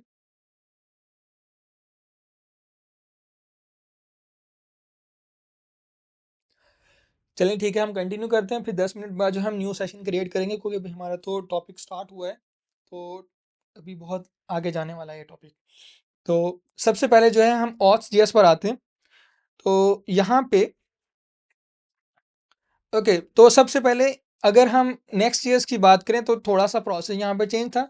तो हमने फॉइल ये पहले बना ली, लेकिन हमने बनानी है, लेकिन हम इसको बाद में बनाएंगे। तो हम बीटा वाले पेज पर आ जाते हैं। तो यहाँ पे वो बता रहा है कि आपको सेटअप इन्वायरमेंट करना होगा। सेटअप इन्वायरमेंट क्या होता है? बेसिकली एक की जनरेट होती है जो कि आपकी किसी भी कनेक्शन के साथ कम्युनिकेट करने में हेल्प करती है। यानी कि एक लॉक होता है, जैसे कि आप देखते होगे कि व्हाट्सएप जो है वो इंक्रिप्शन यूज करता है। तो इंक्रिप्शन के अंदर एक की जनरेट होती है जो कि दोनों यूजर के पास या किसी भी फाइल के ऊपर लगी हुई होती है, जिसके बगैर वो फाइल ओपन नहीं होती। तो ऐसे ही जो हमारे ऑथेंटिकेशन है उसके अंदर जो भी कम्युनिकेशन होनी है उसके लिए भी एक की चाहिए होती है जो कि हमें जनरेट करनी पड़ती है। अब वो की जो है हमें सिक्योर रखनी पड़ती है ताकि किसी और को पता ना चले। उस की को सिक्योर करने के लिए हम एक स्पेशल फाइल यूज करते हैं। तो वो फाइल जो है वो ऑटोमेटिकली बाजू का जनरेट हो जाती है, लेकिन अगर वो जनरेट नहीं हुई तो आप उसको जनरेट कर भी सकते हो इन स्पेशल केसेस के अंदर। जैसे कि यहाँ पे हमें एक फाइल कमांड दी गई है npx की तरफ से कि आपने npx auth secret जो है फाइल को यूज कर कमांड को यूज करना है। तो जैसे ही मैं इस कमांड को टाइप करता हूँ यहाँ पे और इंटर प्रेस करता हूँ, तो ये जो है क्रिएटेड जो है हमारे पास एक ऑथ सीक्रेट जो है क्रिएट करके दिया उसने। वो ऑथ सीक्रेट जो है वो कहाँ पे क्रिएट हुआ है? वो बेसिकली हमारे पास एक फाइल है .env.local। ये डॉट के साथ फाइल आती है और इसके अंदर ऑटोमेटिकली उसने हमारे पास एक की वैल्यू पेयर जो है वो बना के दे दी है। तो इस की वैल्यू पेयर के अंदर हमारा डाटा जो है स्टोर है। ऐसे ही जब हमने डेटाबेस वगैरह क्रिएट करना होगा या किसी भी जगह से हमें कोई क्रेडेंशियल्स वगैरह चाहिए होंगे, तो तब भी हमें उस जगह का जो की वगैरह है वो यहाँ पे स्टोर करनी पड़ती है। तो उसके लिए हम इन्वायरमेंट वेरिएबल्स, इसको बेसिकली कंप्लीट नाम है कि हमने एक वेरिएबल बनाया है। इसके अंदर हमारे पास जितने भी सीक्रेट डाटा है वो यहाँ पे रहेगा। और हम अच्छा, ये जो चीज़ है कि आपने ख़ास ये ख्याल रखना है कि ये गिटहब पे नहीं अपलोड करना। अगर आपने गिटहब पे इसको अपलोड करने से बचाना है तो जैसे ही ये फाइल जनरेट हो उसके बाद आपने क्या काम करना है? आपने पुश करने से पहले, कोड को पुश करने से पहले, अगर आपने एक बार भी कोड को पुश कर दिया तो किसी ना किसी कमेंट के अंदर वो की रहेगी। ऐसा नहीं है कि अगर आप एक बार पुश करते हो बाद में उसको हाइड कर दोगे तो बाद में वो नहीं रहेगा। जब तक वो कमेंट यानी कि वो ट्रैक रहेगा तब तक वो उसके ऊपर रहेगी। बाद में अगर आप रिमूव कर दोगे तो आपको बाद में नहीं दिखेगी, लेकिन वो ट्रैक के अंदर अवेलेबल होगी, यानी कि ट्री के अंदर अवेलेबल होगी। तो वो बैक ट्रैक करके वो देख सकते हैं। तो आपको क्या करना होगा, ये आपके पास फाइल होगी डॉट किट इग्नोर के नाम से। इसके अंदर आपने इसको ऐड कर देना है। जैसे कि यहाँ पे फाइल जो है हमारे पास अवेलेबल है, तो यहाँ पे अगर अवेलेबल नहीं है तो आपने क्या करना है, अपनी फाइल का नाम दे देना .env.local। तो ये आपका फाइल जो है वो नहीं जाएगा। अगर इसके अलावा कोई और भी फाइल हो जो आप चाहते हो कि गिटहब पे ना अपलोड हो या कहीं पे ना शेयर हो, तो वो आप यहाँ पे उसका नाम जस्ट लिखोगे तो वो ऑटोमेटिकली जो है वो उससे हट जाएगी। इनके फिर गिटहब जो है उसको वॉच नहीं करेगा। उसके अलावा जितनी भी फाइल्स होंगी उसको वो यानी कि ट्रैक करेगा। इसमें कोई भी एडिटिंग हुई है तो उसकी वो ट्री बनाना स्टार्ट कर देगा। जैसे हमने जितनी भी एडिटिंग की है उसने 10 ट्रीज बना ली हैं, इनके 10 चेंजिंग जो उसने उसके पास हैं। तो जैसे हम पुश करेंगे 10 की 10 चेंजिंग जो है हमारे पास गिटहब में जो है वो ऐड होती हैं, हो जाएंगी। तो ये चीज़ें आपने नोट रखनी है कि ये जो इन्वायरमेंट वेरिएबल वाली फाइल है ये आपकी गिटहब पे नहीं जानी चाहिए। तो ओके, तो हमने इन्वायरमेंट वेरिएबल क्रिएट कर लिया है। तो जो भी हमारे ऑथेंटिकेशन होंगे वो इस सीक्रेट की के अंदर स्टोर रहेगा। तो जब हम सर्वर पे अपलोड करेंगे तो हम इस सीक्रेट की को उस सर्वर पे डालेंगे, गिटहब पे नहीं डालेंगे। तो गिटहब सर्वर पे कैसे डालेंगे तो वो मैं आपको बाद में जब हम डिप्लॉय कर रहे होंगे फिर मैं आपको बता दूंगा। तो हमने स्टेप नंबर 2 भी कंप्लीट कर लिया है। अब हमें कॉन्फ़िगरेशन करनी है। तो कॉन्फ़िगरेशन करने के लिए हमें एक ये समझ लो कि ऑप्शन फाइल बनानी है। ऑप्शन फाइल बनानी है जिसके अंदर हमारे पास तमाम जो है ऑथ जो है अवेलेबल होगा। तो उसके लिए हम क्या करते हैं कि यहाँ पे सोर्स के अंदर एक फ़ोल्डर बनाते हैं जो कि सोर्स के अंदर होगा, ऐप के अंदर नहीं होगा। तो सोर्स के अंदर हम एक फ़ोल्डर बनाते हैं जिसका नाम रखेंगे लिब। तो हम इसका नाम लिब रखेंगे, एस नहीं लगाना आपने, क्योंकि हम बाद में यूआई की कुछ लाइब्रेरी यूज़ करेंगे या कुछ भी हम यूज़ करते हैं। मोस्टली केसेस के अंदर जो है फोल्डर के अंदर लिब होता है जो जिसका फुल फॉर्म है लाइब्रेरीज। कि जो भी हम लाइब्रेरी बना रहे हैं तो हम ऑथ लाइब्रेरी बना रहे हैं, यानी कि उसको मॉडिफाई कर रहे हैं, तो वो हम यहाँ पे डिफाइन कर देंगे। अब इसके अंदर हम ऑथ डॉट टी एस के नाम से फाइल बनाने वाले हैं। टीएस का मतलब होता है प्योर टाइपस्क्रिप्ट। हम इसमें कोई भी यूआई का कोड नहीं लिखने वाले। TSX का मतलब होता है कि हम इसके अंदर एक्सटेंशन यूज करने वाले हैं रिएक्ट की, तो उसके लिए वो TSX होती है। तो हम यहाँ पे प्योर लॉजिक लिखने वाले हैं, तो इसलिए हमें TSC करना होगा इसको। और इसके अंदर जो है ये जो कोड है ये हम पेस्ट कर देंगे। तो इसको भी मैं एक्सप्लेन कर देता हूँ बाद में कि कोड क्या होने वाला है। और हम यहाँ पे इसको पेस्ट कर देंगे। और इसके बाद जो है ये वो फोल्डर है जो कि हमने बनाना था, जो हमने पहले बना लिया, ऐप API ऑथ। उसके अंदर फिर ये हमारे पास हैंडलर है, और यहाँ पे हमें राउट डॉट टीएस बनाया। तो मैंने एक मिस्टेक की, मैंने यहाँ पे फाइल का नेम जो है ना वो राउट्स रख दिया।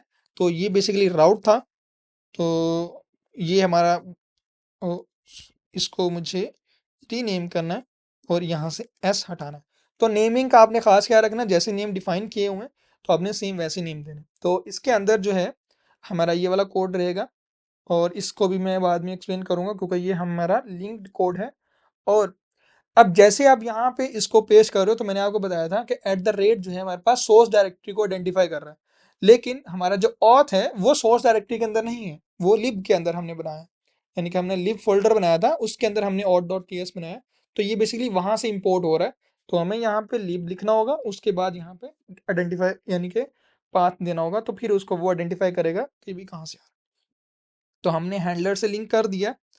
अब नेक्स्ट जो है वो हमारा मिडल वेयर है, कि हमें मिडल वेयर बनाना होगा। तो मिडल वेयर एक टाइप का फाइल होती है जो कि हमारी एप्लीकेशन को वॉच करता है। अगर हमने कोई भी लॉजिक लगाया है किसी भी जगह पे या किसी भी राउट के ऊपर, तो वो मिडल वेयर क्या करेगा, उसको वॉच करेगा। क्योंकि हमने सोर्स डायरेक्टरी बनाई है, तो इसलिए हमें मिडल वेयर जो है सोर्स डायरेक्टरी के अंदर ही बनाना होगा। अगर हमारी सोर्स डायरेक्टरी नहीं होगी तो हमें फिर रूट डायरेक्टरी के ऊपर जो है अपना मिडल वेयर बनाना पड़ेगा। तो मैं मिडल वेयर का नाम जो है यहाँ से कॉपी कर लेता हूँ, और सोर्स डायरेक्टरी के अंदर अपनी मिडल वेयर फाइल बनाता हूँ। तो मिडल वेयर फाइल जो है आपको रूट के अंदर बनानी पड़ेगी। तो इसके लिए कोई फोल्डर में नहीं रख सकते, क्योंकि इसको फोल्डर से बाहर रखना होगा, क्योंकि ये ऑटोमेटिकली फ्रेमवर्क जो है इसको आइडेंटिफाई करता है। इसके लिए कहीं पे पाथ देने की जरूरत नहीं, इंपोर्ट करने की जरूरत नहीं होती। बस इसके अंदर जो भी लॉजिक होगा आप लिख दोगे, ऑटोमेटिकली फ्रेमवर्क जो नेक्स्ट जेएस का फ्रेमवर्क है इसको आइडेंटिफाई कर लेगा। तो इसके अंदर जो हमने कोड लिखना है वो ये है बेसिकली। तो मैं इसको ऐड कर देता हूँ। तो ये हमारे पास आ चुका है, और यहाँ पे भी हमें सेम उसको बताना पड़ेगा कि लिब के अंदर हमारे पास हैंडलर है। तो ये हमारा जो है अब इनिशियल जो सेटअप है हमारा ऑथ जेएस का वो हो चुका है। इसके अंदर हमें बस अब लॉजिक लिखना है, जो हमारा ऑथेंटिकेशन का लॉजिक रहेगा कि हमने इसको कैसे यूज करना है। तो वो लॉजिक जो है हमारे पास यहाँ पर आने वाला है। अब अब हम जो है 5 मिनट का ब्रेक लेते हैं, और बल्कि 5 मिनट का नहीं, 2-3 मिनट का ब्रेक लेते हैं। और हम मैं एक सेशन यूँ क्रिएट करता हूँ, तब तक जो है आप रिलैक्स हो जाओ, और हम जो है नेक्स्ट जो है अपना ऑथेंटिकेशन का जो प्रोसेस है वो स्टार्ट करने वाले हैं कि हमने ऑथेंटिकेशन कैसे की। ठीक है, अगर एग्री हो तो थम्स अप का जो है वो नोटिफिकेशन दिखा दो। ओके, तो 2 मिनट के बाद जो है आपको मैं भी लिंक जो है सेंड करता हूँ।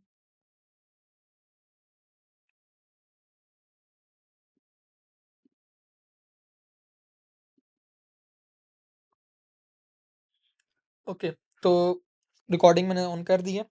तो मुझे रिमाइंड करवा देना, अगर जब भी अगर हम नेक्स्ट सेशन स्टार्ट करें तो बाज़ वक़्त भूल जाता हूँ मैं रिकॉर्डिंग ऑन करना। तो अभी तो मैंने ऑन कर ली। ओके, तो हम अच्छा, अब हमने बेसिक स्ट्रक्चर जो है हमने सेटअप कर लिया है अपना।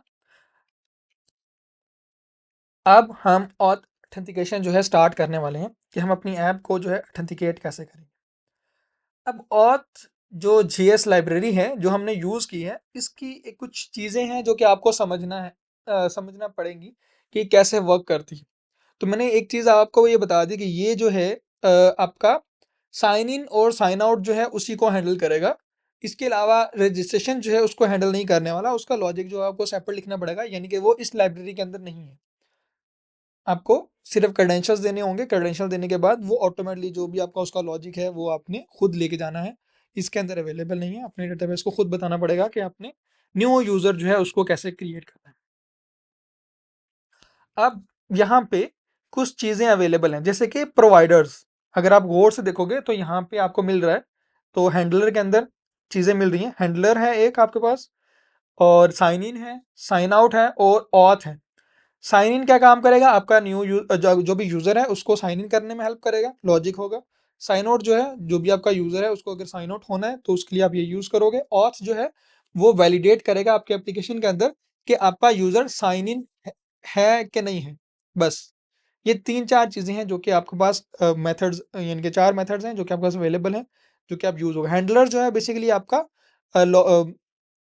ऑथ का हैंडलर है, जिसके अंदर आप तमाम अपना लॉजिक लिखोगे, साइन इन कैसे होने वाला है, साइन आउट कैसे होना है, और ऑथ जो है वो उसने कैसे करना है।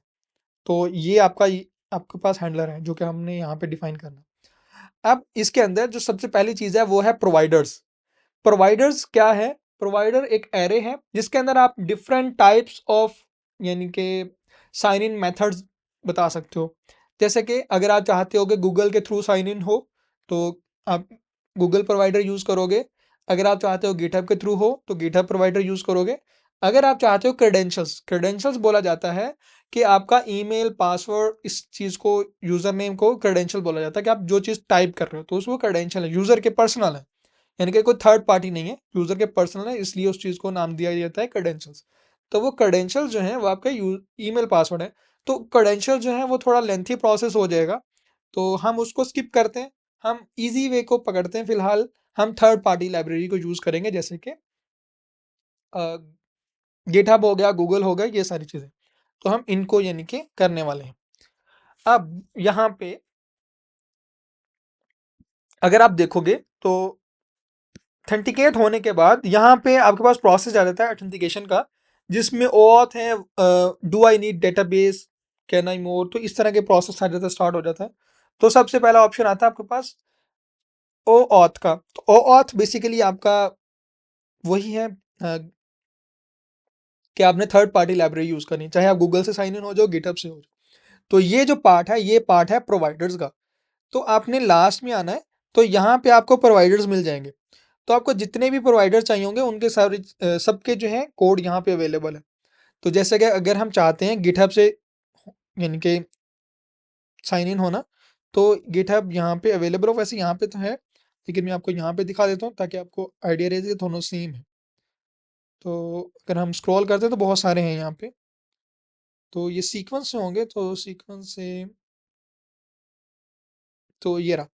तो गिटहब पे क्लिक करोगे तो हम गिटहब प्रोवाइडर के ऊपर अवेलेबल हैं।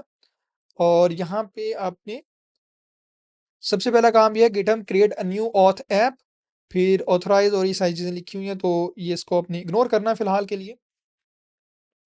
तो ये आपका कॉल बैक यूआरएल होगा जो कि आपका गूगल गिटहब से साइन इन होने के बाद कहाँ पे जाना है, यानी कि गिटहब से साइन इन होने के लिए आपने कहाँ पे जाना है।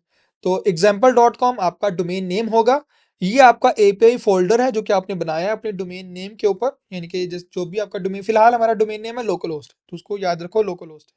Local host, API, auth, call back, GitHub, तो ये हमारा पाथ है जहाँ पे हमने गिटहब का जो है सेटअप करना है।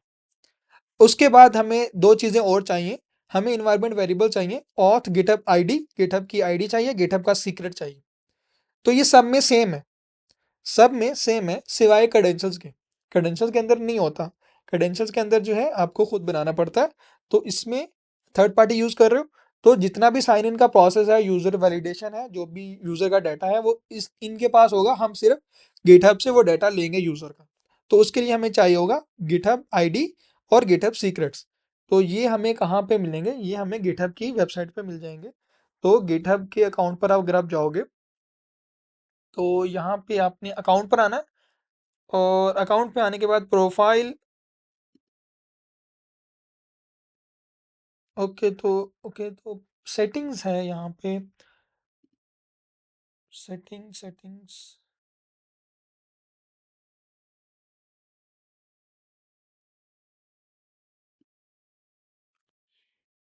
ओके ये रहा सेटिंग्स। तो सेटिंग्स पर आना है। तो लास्ट में आओगे आप डेवलपर सेटिंग पे। तो डेवलपर सेटिंग पर आओगा तो यहाँ पर आपने गिटहब ऐप है और ओ ऑथ ऐप है, तो आपने यहाँ पर ओ ऑथ ऐप क्रिएट करनी है, इनको auth that use GitHub API. तो आप सबका प्रोसेस सेम है, लेकिन उसका जो ऑप्शन है वो आपको सबका डिफरेंट जगहों पे मिलेगा। तो गिटहब का मैं इसलिए बता रहा हूँ क्योंकि सबसे इजी ये है। तो आपने यहाँ पे न्यू ऑथ ऐप बनानी है, और यहाँ पे आपने अपनी एप्लीकेशन का नाम रखना है, जैसे कि हम नाम रखते हैं नेक्स्ट ऑथ। तो मैंने अपनी एप्लीकेशन का नाम रखा और यहाँ पे मुझे चाहिए होम पेज यूआरएल। तो जो होम पेज यूआरएल है वो क्या है, हमारा लोकल होस्ट है।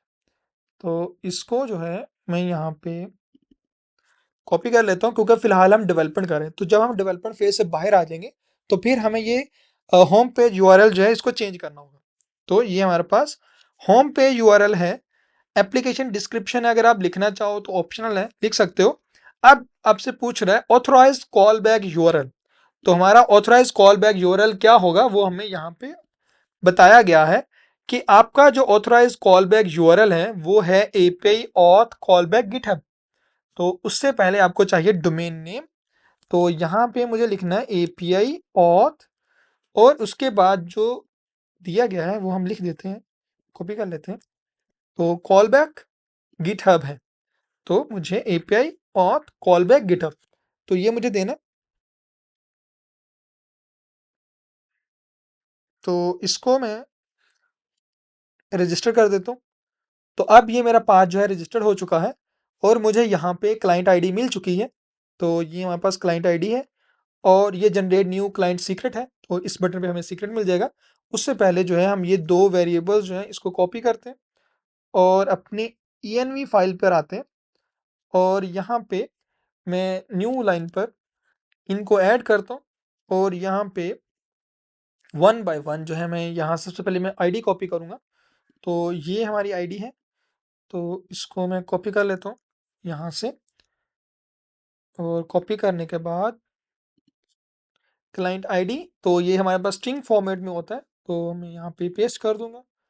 उसके बाद जो है हमें सीक्रेट चाहिए, तो सीक्रेट जो उन्होंने बोला है कि आपको जनरेट करना पड़ेगा हर बार न्यू,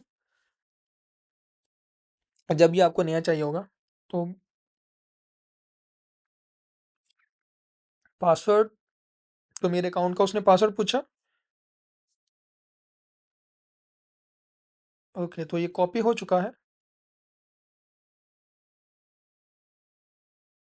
ओके, तो ये नीचे आया है basically। तो ये मेरे पास आ चुका है।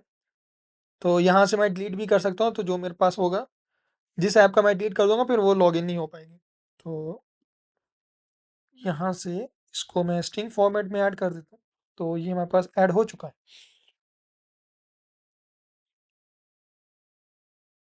तो ये आ चुका है, तो हमने गिटहब का जो है वो ऐड कर लिया। अब हमें नेक्स्ट स्टेप क्या करना है, कॉन्फ़िगर करने के लिए प्रोवाइडर्स के अंदर गिटहब लिखना है। तो प्रोवाइडर ऐड करने से पहले मैं आपको कुछ दिखाना चाहता हूँ। तो वो दिखाना मैंने क्या है कि आपने यहाँ पे बैकएंड का कोड लिखना है, एपीआई ऑथ।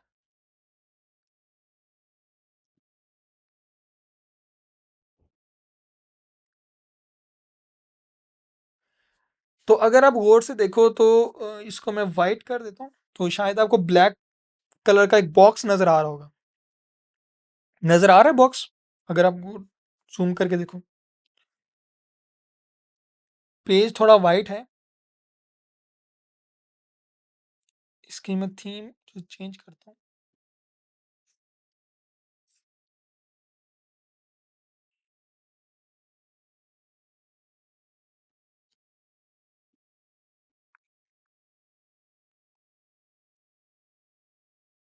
ओके, तो वो टेलविंड सीसेस की वजह से आई थिंक है।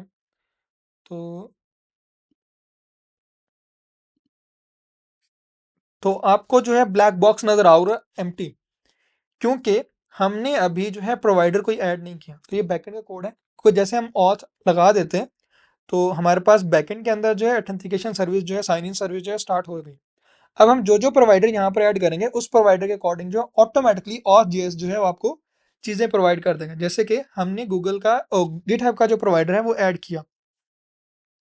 अब जब हमने गिटहब का प्रोवाइडर ऐड किया तो हमने उसको बताया नहीं, तो हैंडलर में बताया नहीं। ये हमारा हैंडलर है बेसिकली, जो कि एक्सपोर्ट हो रहा है, यानी कि ये एक्सपोर्ट कर रहा है तीन चार चीज़ें। हमारा handler sign in, sign out और ऑथ, ये चार चीज़ें जो है वो एक्सपोर्ट कर रहा है।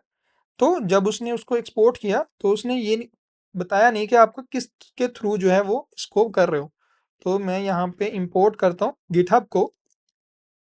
गिटहब ये from next auth providers dot GitHub के ऊपर मिल जाएगा आपको पाथ। तो मैं यहाँ पे इसको इजीली जो है यहाँ पे पेस्ट करता हूँ। तो बस मुझे इसका नाम लिखना है। तो जैसे मैंने इसका नाम लिखा और यहाँ पे मैं इसको रिफ्रेश करूंगा तो आप देखोगे यहाँ पे मेरे पास गिटहब जो है वो आ चुका है। अगर मैं कोई और प्रोवाइडर लिखता हूँ विदाउट क्रेडेंशियल तो वो भी आ जाएगा, लेकिन वो साइन इन नहीं होगा। तो जैसे कि मैं यहाँ पे गूगल का नाम लिखता हूँ फ्रॉम, तो ये मेरे पास गूगल आ गया और मैंने यहाँ पे उसका नाम लिख दिया।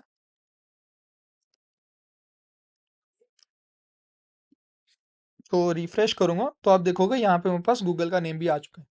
तो ये ऑटोमेटिकली मैं यहाँ पे इसके थ्रू साइन इन कर सकता हूँ। जैसे कि अगर मैं यहाँ पे गिटहब के थ्रू साइन इन करने की कोशिश करूँ, क्योंकि हमने यहाँ पे इसके क्रेडेंशियल जो ऐड कर दिए और कॉल बैक पाथ भी इसको ऐड कर दिए।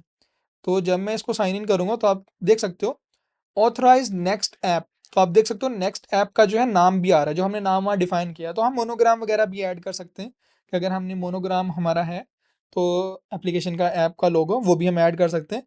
जिस प्रोफाइल के थ्रू हम ऑथराइज कर रहे हैं वो प्रोफाइल भी आ रही होगी। तो मैं यहाँ से इसको ऐड करता हूँ। तो अब वो कह रहा है कि आप रीडायरेक्ट हो चुके हो किस पे, होम पेज के ऊपर। तो ऑटोमेटिकली उसने क्या कर दिया, हमें रीडायरेक्ट कर दिया। अब यहाँ पे क्या हुआ कि उसने एक साइन इन सर्विस की। साइन इन सर्विस करने के बाद हमें जो है वो हमारे होम राउट के ऊपर रीडायरेक्ट कर दिया ऑटोमेटिकली। यहाँ पे कोई भी सेशन नहीं जनरेट हुआ, यहाँ पे कोई भी डेटाबेस कनेक्ट नहीं हुआ, कुछ भी नहीं हुआ। हमारा सिर्फ ऑथेंटिकेशन का जो सर्विस है वो कंप्लीटली जो है वर्क कर रहा है। सिर्फ ऑथेंटिकेशन का कि हमारा जो यूज़र है वो ऑथेंटिकेट हो जाए और डाटा हमें कहीं पे स्टोर नहीं किया, तो डाटा हमारा वाइप ऑफ हो चुका होगा। जस्ट वो ऑथेंटिकेट हुआ होगा कि हमने जो गिटहब से उसको बोला कि भी आप यहाँ से प्रोफाइल ले लो, तो उसने प्रोफाइल ले ली और रीडायरेक्ट कर दी, यानी कि हमारा गिटहब सही से वर्क कर रहा है जो भी हमने उसके क्रेडेंशियल्स वगैरह ऐड किए। इसी तरह अगर हमने साइन इन फॉर्म उससे भी किया होता तो वो भी हमारा ऐसे ही वर्क करता, लेकिन अभी हमने वहाँ पे अभी क्रिएट नहीं किया, तो इस वजह से हम गूगल वाला यूज़ कर रहे हैं। तो इसको हम चेंज करते हैं। तो हम वापस से आते हैं अपने बैकएंड पे ऊपर। तो ये हम बैकएंड पर आ चुके हैं और यहाँ से हम गूगल को रिमूव करते हैं क्योंकि हम गूगल फिलहाल यूज़ नहीं कर रहे। तो हम एक ही यूज़ करेंगे ताकि हमारा टाइम बच जाए। अब प्रोवाइडर तो हमने ऐड कर दिया कि हम कौन सा यूज़ कर रहे हैं, हम गूगल का या गिटहब का जो भी प्रोवाइडर हम यूज़ कर रहे हैं वो हमने बता दिया। अब ये हमारा जो है इतना प्रोसेस हो रहा है कि डाटा जो है वो फैच कर रहा है। अब हमने उसको ये बताना है कि इसको स्टोर कहाँ पे करना है। उसके लिए हमें चाहिए होगा डेटाबेस। ठीक है, उसके लिए हमें क्या चाहिए होगा, डेटाबेस, क्योंकि हम कहीं पे स्टोर करना चाहते हैं ना। तो यहाँ पे अगर आप स्टेप को फॉलो करोगे तो ऑथेंटिकेशन के ऊपर वो आपसे पूछ रहा है डू आई नीड डेटाबेस। तो यहाँ पे पढ़ सकते हो कि अगर आप वेब टोकन वगैरह जो जनरेट करना चाहते हो तो फिर आपको डेटाबेस वगैरह की ज़रूरत पड़ेगी कि सेशन वगैरह अगर आप बनाना चाहते हो तो उसके लिए डेटाबेस की ज़रूरत पड़ेगी। तो उसके लिए हमारे पास यहाँ पे क्या चीज़ अवेलेबल है, वो है अडॉप्टर्स। आप डायरेक्टली डेटाबेस भी कनेक्ट कर सकते हो, लेकिन और जीएस जो है आपको कुछ अडॉप्टर्स देता है क्लाइंट साइड पे हैंडल करने के लिए।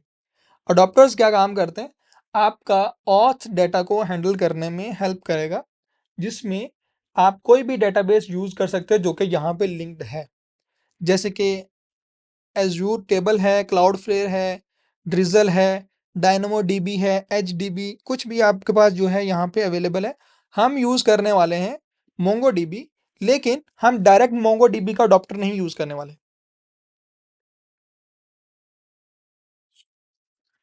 हम मोंगो डीबी का डायरेक्ट अडॉप्टर नहीं यूज़ करने वाले। हम यूज़ करेंगे, क्या यूज़ करेंगे, कहाँ गया वो, प्रिज्मा।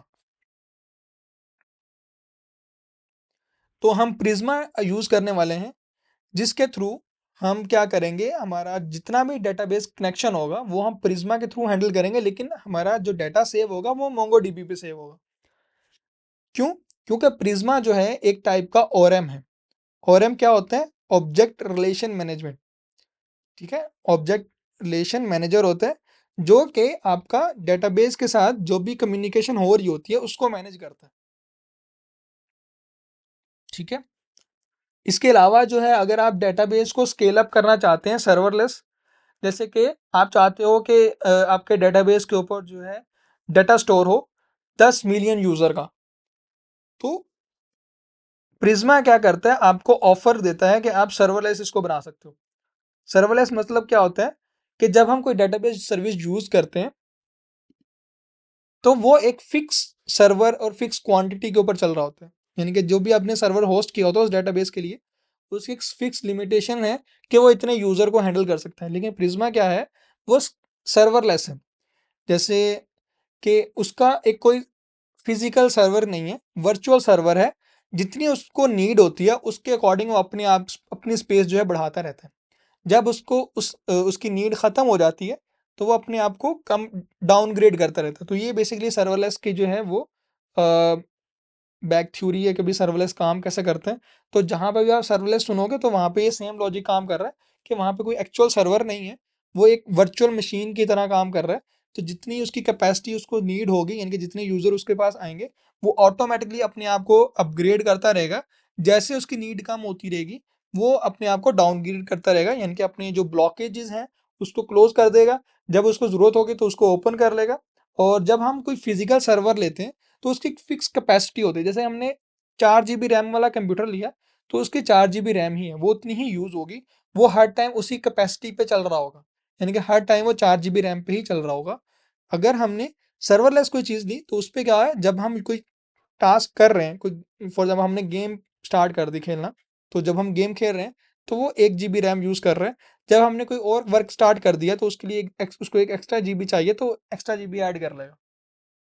आपकी परफॉर्मेंस को डाउनग्रेड नहीं करेगा, लेकिन वो अपने अंदर जो है और कैपेसिटी ऐड कर लेगा। तो ये बेसिकली सर्वलेस का जो है वो लॉजिक है जो कि हर जगह यूज होता है। इसके कुछ बेनिफिट्स भी होते हैं, कुछ डाउनग्रेड्स भी होते हैं कि इसके लिए आपको बार बार जो है वो थोड़ा प्रोसेस स्लो रहता है किसी जगहों पे, कि आपको बार बार कनेक्शन बनाने पड़ते हैं, उसको अपग्रेड करना पड़ता है, फिर डाउनग्रेड करना पड़ता है, कनेक्शन ख़त्म करने पड़ते हैं। तो ये जो है इससे क्या है, आपके एप्लीकेशन के ऊपर रिस्पॉन्स जो है वो कम हो जाता है।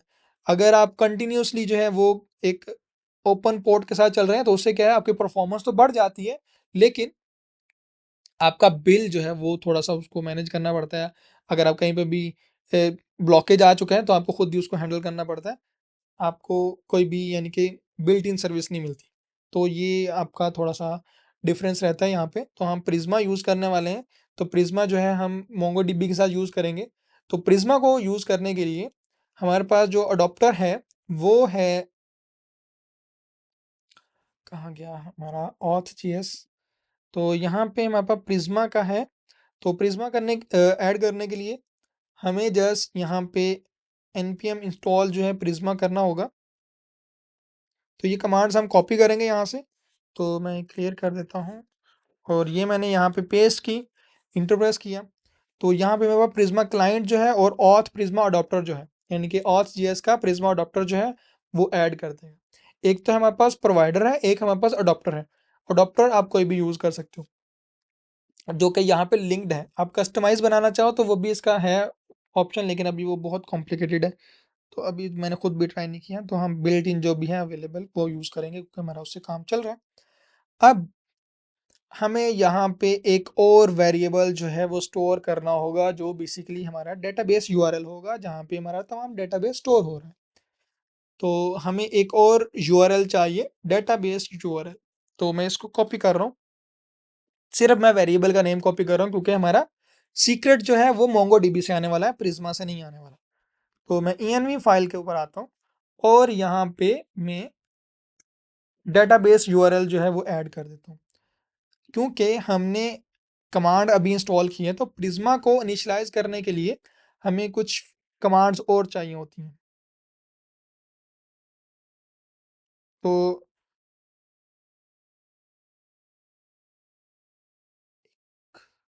कहाँ गई वो कमांड?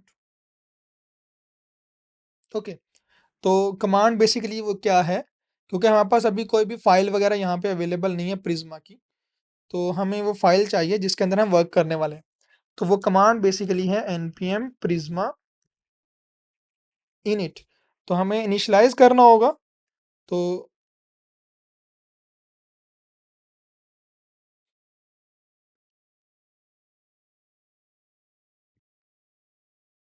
तो npx के साथ है, तो npx prisma init आप करोगे तो वो ऑटोमेटिकली आपका जो एक फोल्डर बना के देगा आपको,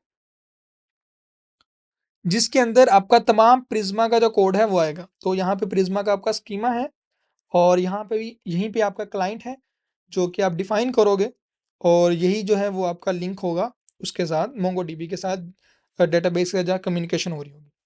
तो यहाँ पे आप देख सकते हो हमारे पास एक जनरेटर है जिसके अंदर क्लाइंट है, प्रिज्मा क्लाइंट जीएस है और डेटा सोर्स है। तो फिलहाल यहाँ पे प्रोवाइडर जो है वो पोस्टग्रेस एसक्यूएल है और यूआरएल जो है इन्वायरमेंट वेरिएबल के अंदर डेटाबेस यूआरएल है, लेकिन हम इसको चेंज करने वाले हैं दोनों वैल्यूज़ को। तो मैं यहाँ पे यूज़ करने वाला हूँ मोंगोडीबी, तो मुझे यहाँ पे लिखना होगा मोंगोडीबी और इन्वायरमेंट वेरिएबल के अंदर। अच्छा, यहाँ पे अब एक चीज़ चेंज हुई है, वो बेसिकली क्या चेंज हुआ है कि हमारे पास एक एडिशनल डॉट env फाइल बन के आ चुकी है जो कि नॉर्मल है कुछ, क्योंकि हमने इनिशियलाइज किया था उसके अंदर built in dot env file थी और हमने पहले से जो यूज़ किया है वो डॉट env डॉट लोकल है। तो इससे कोई फ़र्क नहीं पड़ता कि आप कौन सी फाइल यूज़ कर रहे हो, लेकिन हम क्या करते हैं डॉट लोकल वाली फाइल जो है उसको रिमूव कर देते हैं, क्योंकि ये बाजू का जो है वो एक्सेसिबल नहीं होती किसी भी स्कीमा वगैरह किसी और लाइब्रेरी के अंदर। नॉर्मली जो है वो डॉट env फाइल जो है वो ही एक्सेसिबल होती है। तो हम क्या करेंगे, यहाँ पे जो डॉट env फाइल के अंदर जो भी कोड लिखा हुआ है इसको हम रिमूव कर देंगे और यहाँ से जो भी हमारा कोड है इसको हम कट करेंगे और इसको यहाँ पे पेस्ट कर देंगे, और ये लोकल वाली फाइल जो है इसको मैं रिमूव कर देता हूँ और मैं गिट इग्नोर में जाता हूँ और यहाँ पे मैं डॉट env जो है इसको सेव कर देता हूँ ताकि ये भी जो है अनवॉच्ड हो जाए। और अब हमें क्या चाहिए, हमें चाहिए सिर्फ डेटाबेस का यूआरएल जो कि हमें मोंगोडीबी से मिलेगा। तो मोंगोडीबी जो है वो फ्री सर्विस है, कुछ हद तक आप यूज़ कर सकते हो, यानी कि आप चाहे लोकली इसको यूज़ करो, चाहे इसको एटलस इसकी सर्विस है वो यूज़ करो क्लाउड वाली, तो वो कुछ हद तक फ्री है, कुछ हद तक आपको पे करना पड़ता है इसमें। तो हम मोंगोडीबी पर आते हैं। तो मोंगोडीबी पे आप इजीली अपना अकाउंट बना लीजिएगा, जो भी आपका ईमेल आईडी है उससे आप अकाउंट बना लीजिएगा सेपरेटली। तो हम एटलस वाली सर्विस यूज़ करने वाले हैं क्लाउड पे, आप इसको लोकली डाउनलोड भी कर सकते हो ताकि वो डेवलपमेंट फेज तक ही काम करता है। अगर आपने डिप्लॉय करना, क्योंकि हमने डिप्लॉय भी करना है इस एप्लीकेशन को, तो इस वजह से हम यहाँ पे एक एटलस सर्विस यूज़ करेंगे ताकि वो हम उसको पब्लिक यूआरएल के ऊपर डेटाबेस को एक्सेस कर पाए। तो मैं यहाँ पे एटलस को ओके। तो जब आप साइन अप करते हो तो आपको बिल्ट इन जो है एक डेटाबेस जनरेटेड मिलेगा, आपको बनाने की ज़रूरत नहीं पड़ेगी। तो मैं यहाँ पे ऐड आईपी एड्रेस करता हूँ। तो ऐड आईपी एड्रेस का मतलब ये होता है कि कुछ देर के बाद जो है वो ये करंट कुछ देर के बाद जो है आपका आईपी एड्रेस मांगता है, क्योंकि उसको चाहिए होता है भी आप कौन से आईपी एड्रेस से डेटा को एक्सेस कर रहे हो, क्लस्टर को एक्सेस कर रहे हो। तो जब हम इसको नेटवर्क पे लेके जाएंगे तो फिर हम ये आई जो है वो आईपी एड्रेस रिमूव कर देंगे। तो फिर उसके बाद ये तमाम आईपी एड्रेसेस के ऊपर जो है डेटाबेस जो है वो अवेलेबल हो जाएगा हमारा। अभी तो सिर्फ ये मेरी आईपी एड्रेस के ऊपर ही डेटाबेस अवेलेबल है, तो मैं इसके बाद में जो है सेटिंग चेंज कर दूँ। अब मैं यहाँ पे क्या करता हूँ कि एक और बनाता हूँ, क्योंकि बाय डिफ़ॉल्ट आपको मिलेगा। तो मैं यहाँ पे क्या काम करता हूँ, इसी के अंदर जो क्लस्टर बना देता हूँ। तो मैं यहाँ पे एक और क्लस्टर बनाने वाला हूँ, तो आपने क्लस्टर पे क्लिक करना अगर आपका ना बना हुआ हो। अदरवाइज़ जो है यहाँ पे जो है बना हुआ एक आएगा और आपको कॉन्फ़िगर क्लस्टर का जो है ऑप्शन दे रहा होगा। तो मैं यहाँ पे क्रिएट न्यू क्लस्टर पे क्लिक करता हूँ। तो जैसे मैं क्रिएट न्यू क्लस्टर पे क्लिक करूँगा तो बाय डिफ़ॉल्ट जो है मुझे वो M330 पे जो है वो एक्टिवेट कर रहा है और 0.51 डॉलर जो है पर आवर के हिसाब से मुझे चार्ज कर रहा है। जो कि मैंने आपको पहले बताया था कि जो डेटाबेस होता है हमारा जो एक फ़िक्स सर्वर पे काम कर रहा होता है, ये फ़िक्स सर्वर है वो। यानी कि हमें स्टोरेज जो है 40 जीबी मिल रहा है, 8 जीबी रैम मिल रहा है, 2 जो है वो 2 कोर सीपीयू मिल रहा है। अब जो ओआरएम है वो हमारा सर्वरलेस है, यानी कि उसके अंदर कोई फ़िक्स सर्वर नहीं है। तो इस वजह से हमारा जो डेटाबेस है वो स्केल अप हो सकता है। तो इसके अंदर ये फ़िक्स रहेगा। स्टोरेज जो है वो हमारी हर चीज़ फिक्स रहेगी, जितना भी डाटा होगा इसी लिमिटेशन के अंदर आएगा। जैसे ये फुल हो जाएगा उसके बाद हमारा जो डाटा है वो क्या हो जाएगा, चोक हो जाएगा और डाटा सेव नहीं होगा। तो फिलहाल के लिए हम क्या करेंगे, इसको फ्लेक्सिबल, अरे क्या हो गया, M10 कहाँ चला गया?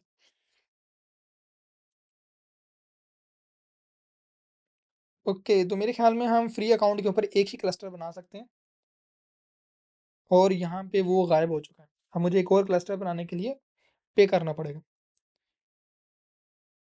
ओके, तो मैं आपको प्रोसेस समझा देता हूँ। तो आपने क्या करना है, यहाँ पे क्लस्टर नेम लिखना है, AWS प्रोवाइडर को यूज़ करना है आपने, क्योंकि AWS थोड़ा फास्ट रहता है।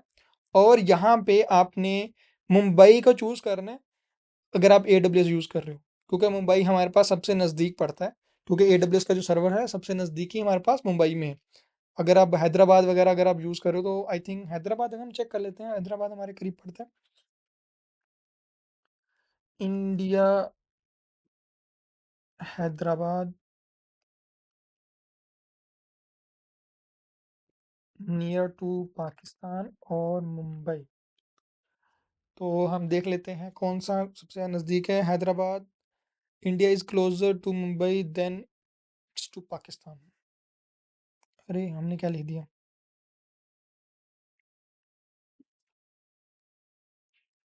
Is near to Pakistan. Hyderabad, India is closer to Mumbai,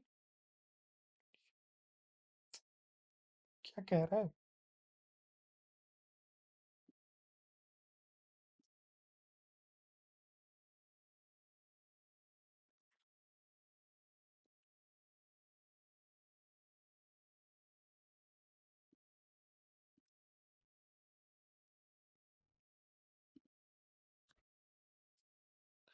okay, तो हम यहाँ पे लिखते हैं ये 170 है, 13 है, ठीक है। तो हैदराबाद थोड़ा दूर पड़ता है और इन मुंबई जो है नज़दीक पड़ता है, तो हम मुंबई ही चूज़ करेंगे, ताकि हमारा जो है ट्रैवल टाइम थोड़ा कम पड़ जाए, सिर्फ पाकिस्तानी अवाम के लिए। अगर कहीं और जगह से एक्सेस कर रहा होगा तो उसके लिए थोड़ा ट्रैवल टाइम पड़ेगा। तो बस आपने यहाँ पे क्या करना है, क्रिएट पे क्लिक करना है, तो उसके बाद जो है आपका सेटअप जो है वो कंप्लीट हो जाएगा। तो जैसे सेटअप आपका कंप्लीट होगा, उसके बाद आपको यहाँ पे कनेक्ट के नाम से जो है ऑप्शन मिल जाएगा। तो कनेक्ट के ऊपर आप क्लिक करोगे, तो हम यहाँ से थ्रू ड्राइवर जो है उसको कनेक्ट कर रहे हैं, हम शेल वगैरह के थ्रू नहीं कर रहे हैं। तो हम ड्राइवर के थ्रू उसको एक्सेस कर रहे हैं। तो हमारे पास यहाँ पे हमने सेलेक्ट करना है Node.js, वर्जन नंबर जो भी आप यूज़ कर रहे हो उसको कर सकते हो, और यहाँ पे आप इंस्टॉल कर सकते हो, लेकिन हम इंस्टॉल नहीं करने वाले, क्योंकि हम डायरेक्टली तो यूज़ नहीं करने वाले इसको, मोंगोडीबी को हम थ्रू प्रिज्मा यूज़ करने वाले हैं। तो इंस्टॉल करने की ज़रूरत नहीं है, आप इस कमांड को स्किप कर सकते हो। लेकिन आपको यहाँ पे एक यूआरएल मिल जाएगा जो कि हमने कॉपी करना है। तो ये मैंने यहाँ से इसको कॉपी कर लिया, और कॉपी करने के बाद मुझे इसको env फाइल के ऊपर लेके आना है और यहाँ पे पेस्ट कर देना है। तो मैं यहाँ पे पेस्ट कर देता हूँ। तो जैसे मैं यहाँ पेस्ट करूँगा, तो मुझे यहाँ पे एक एडिशनल चीज़ें ऐड करनी है। पहली तो चीज़ मुझे यहाँ पर ऐड करनी है, वो है डेटाबेस का पासवर्ड, जो कि यहाँ पे स्किप्ड है, ये एंगल ब्रैकेट्स के अंदर होगा। तो ये मुझे कहाँ से मिलेगा, ये सबसे पहले मुझे देखना है। और उसके बाद मुझे बताना है अपना कलेक्शन, यहाँ डेटाबेस उसको, कि भाई मेरे डेटाबेस का नाम क्या है, क्योंकि ये मेरे मोंगोडीबी का जो है वो पाथ है कंप्लीट, और मुझे उसके अंदर एक स्पेसिफिक डेटाबेस के अंदर अपना डेटा को जो है स्टोर करना है। तो वो जो है मुझे कहाँ पे दोनों चीज़ें मुझे कहाँ पे मिलेंगी, सबसे पहले मुझे चाहिए पासवर्ड। तो पासवर्ड के लिए आपको आना है क्विक सिक्योरिटी पे। तो क्विक सिक्योरिटी पे आपका जो बिल्ट इन यूज़र नेम है वो जनरेटेड है, और यहाँ पे मैं इसको एडिट करता हूँ। एडिट करने के बाद यहाँ पे आपके पास ऑटो जनरेटेड का अगर आपको याद नहीं है, तो ऑटो जनरेटेड का आप करोगे, और उसके बाद आप यहाँ से इसको कॉपी करोगे। आप खुद भी टाइप कर सकते हो, लेकिन ऑटो जनरेटेड ठीक रहता है, तो आप इसको कॉपी करोगे, उसके बाद अपडेट पासवर्ड कर दोगे। तो ये कॉपी जो आपने किया है, इसको आपने एंगल ब्रैकेट हटा के, यानी कि एंगल ब्रैकेट हटा देने हैं दोनों, उसके बाद पेस्ट करना है। और अब लास्ट में आपने क्या करना है, अपना डेटाबेस कनेक्ट कर। तो डेटाबेस क्या है हमारा, तो आप आओगे ब्राउज़र कलेक्शन के ऊपर। तो यहाँ पे अगर आप देखोगे, हमारे पास जो है स्किल्स के नाम से एक डेटाबेस है। ठीक है। तो इस स्किल्स के ऊपर हमारा डेटाबेस जो है वो सेट है। तो मुझे एक डेटाबेस बनाने के लिए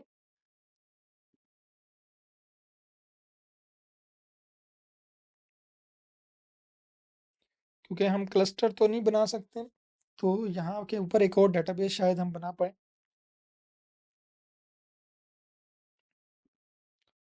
तो हम देखते हैं कि यहाँ पे अगर हम एडिट कॉन्फ़िगरेशन के ऊपर, तो आप देख सकते हो ये फ्री वाला वर्जन जो है आपके पास अवेलेबल होता है। तो इसमें मिनिमम सी स्टोरेज होती है, लेकिन हमें चाहिए डेटाबेस। तो क्लस्टर के ऊपर मेरे ख्याल में एक टाइम पे हम एक ही डेटाबेस बना सकते हैं, मल्टीपल डेटाबेस होने चाहिए थे। तो इसका हमने नाम रखा है स्किल्स। तो फिलहाल के लिए आप ये देख लो, जो भी आपका डेटाबेस होगा उसका नाम जो है वो यहाँ पे आपको शो हो रहा होगा। तो आपने उस नेम को जो है यहाँ से देखना है। तो ये स्किल्स है। तो आपने क्या करना है, यहाँ पे स्लैश के बाद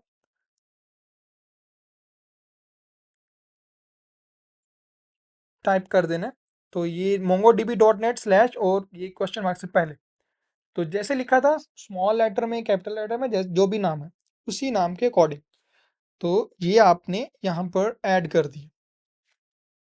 अब ये हमारा जो डेटाबेस है ये हमारा कनेक्ट हो चुका है, और कनेक्ट तो नहीं हुआ लेकिन कन्फिगर हो गया, और हमारा प्रिज्मा के साथ कनेक्ट हो चुके हैं। अब हम इसका जो अडॉप्टर है वो यूज़ कर सकते हैं। तो यहाँ पे हम इसका जो अडॉप्टर है वो यूज़ कर सकते हैं। और अब हम आते हैं अपने ऑथ जीएस के ऊपर। थोड़ा कॉम्प्लिकेटेड है, बहुत सारे घुमाने वाली चीज़ें हैं, लेकिन हमें इसको यूज़ करना होगा एज इट ऐसे ही। तो अब यहाँ पे हमारे पास जो है एक और फाइल है जो कि हमने जनरेट करनी है अपनी। तो मैं सेम लिब फोल्डर के ऊपर आता हूँ, और ये जो हमारा प्रिज्मा है इसको कनेक्ट करते हैं। तो उसका जो कोड है वो मैं आपको बता देता हूँ, क्योंकि हम मेरे पास ज़्यादातर जो कोड है वो कॉपीड है फिलहाल के लिए। तो इस कोड के अंदर एज सर्विस के अकॉर्डिंग प्रिज्मा जो है हमारा कनेक्ट हो रहा है किसके साथ, क्लाइंट के साथ। तो ये कोड एज इट ही हम कॉपी कर लेते हैं यहाँ पे। अगर हमने इसके बाद में चेंजिंग करनी होगी तो उसको हम देख लेंगे। तो फिलहाल के लिए मैं इसको इंपोर्ट कर रहा हूँ प्रिज्मा क्लाइंट, और यहाँ पे जो प्रिज्मा क्लाइंट है वो हमारा कनेक्ट हो रहा है किसके साथ, प्रिज्मा ORM सर्विस के साथ। तो ये हमारा कोड आ गया यहाँ पे। अब हमें अपना अडॉप्टर जो है वो ऐड करना है। वो अडॉप्टर हमने कहाँ पर ऐड करना है, अपने हैंडलर के ऊपर। तो ये आप हैंडलर देख सकते हो। तो ये हैंडलर कहाँ पर आया, ऑथ जीएस के ऊपर, और यहाँ पे जो हमने जहाँ पे बताया था प्रोवाइडर्स। अब यहाँ पे मैं लिख रहा हूँ,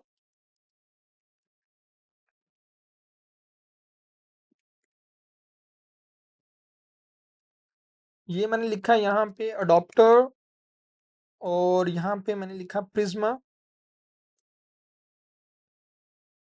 तो मैं ये देख लेता हूँ, क्योंकि इंटेलिजेंस, अच्छा प्रिज्मा अडॉप्टर ही आ रहा है। तो प्रिज्मा, तो ये प्रिज्मा अडॉप्टर आ चुका है हमारे पास।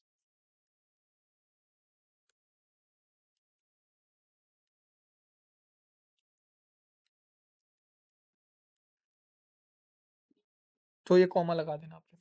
तो ये दो इंपोर्ट जो है ऑटोमेटिकली हो गए मेरे, लेकिन आपने इसका ध्यान रखना है कि ये प्रिज्मा अडॉप्टर जो है हमारे पास ऑथ से आया है, और जो प्रिज्मा है वो बेसिकली हमारा क्लाइंट है जो कि हमने यहाँ पर ऐड किया प्रिज्मा डॉट टी एस के ऊपर।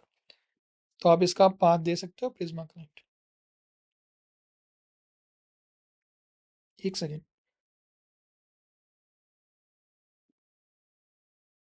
नहीं नहीं, ये प्रिज्मा वो नहीं है इंपोर्ट हुआ, ये प्रिज्मा और है।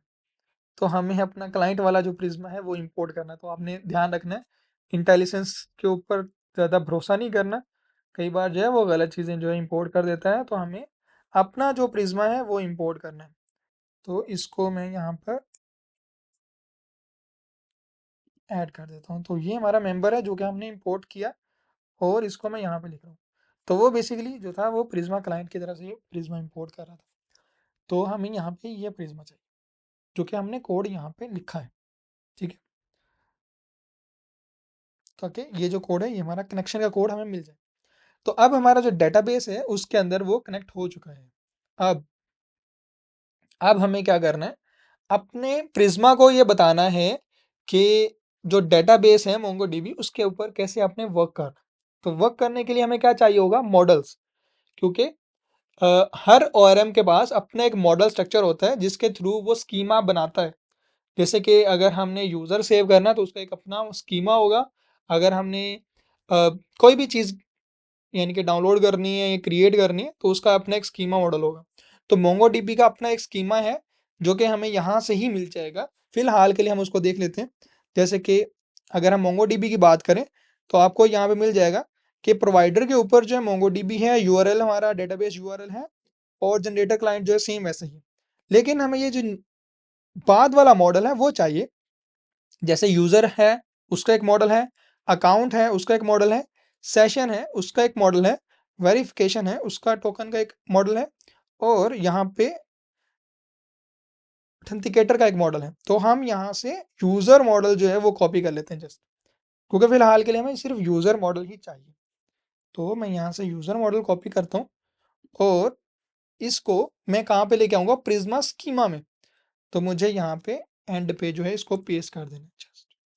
तो मैंने यहाँ से जैसे इसको पेस्ट किया, अब वो मुझसे पूछ रहा है अकाउंट और सेशंस, क्योंकि इसके अंदर था तो हम वो भी ले आते हैं ताकि जो है हमारे पास अकाउंट, बल्कि इसको कंप्लीट कोई कॉपी कर लेते हैं ताकि इजी रहे। तो ये मैंने, क्योंकि ये सेम कोड सेम ही है, तो मैं इसको सेव कर रहा हूँ। और अब जो है मेरा काम जो है इजी हो गया। और अब मैं इसको क्या करने वाला हूँ, अब हम ये करने वाले हैं कि इसको स्कीमा को अप्लाई करने वाले हैं। तो हम npm यूज़ कर रहे हैं। तो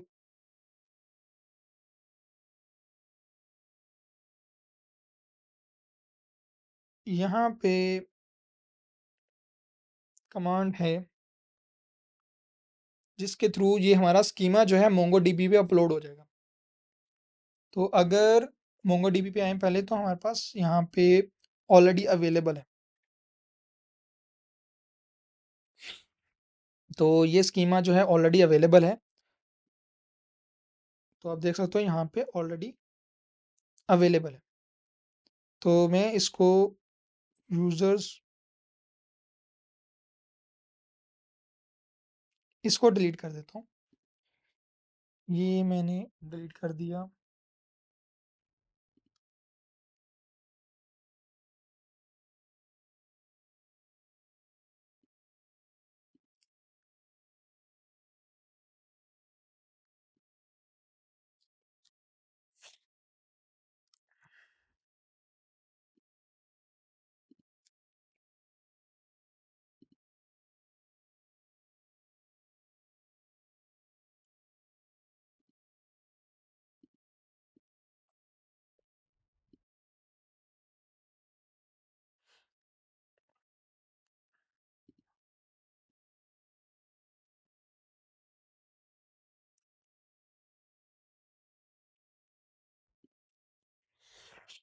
ओके, तो ये हमारा डिलीट हो चुका है। अब हमें चाहिए वो कमांड जिसके थ्रू ये स्कीमा यहाँ पे अपलोड होगा। तो वो जो कमांड है हम प्रिज्मा मोंगो पे ले लेते हैं। मुझे अभी वो याद नहीं आ रही, प्रिज्मा मोंगो डीबी। तो यहाँ पे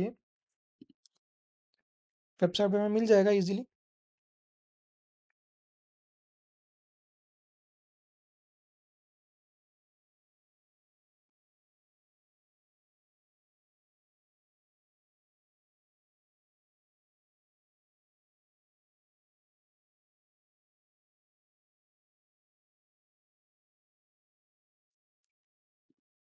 ओके, एक बार ट्राई करके देखते हैं। ये कमांड मैंने पहले ट्राई की है लेकिन वो काम नहीं करती।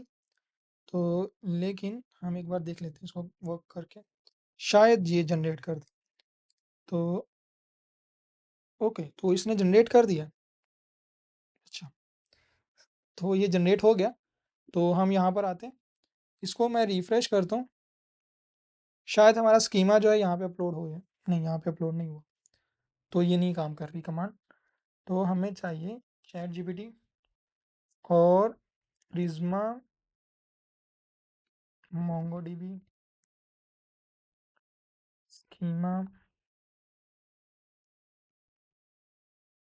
Update command.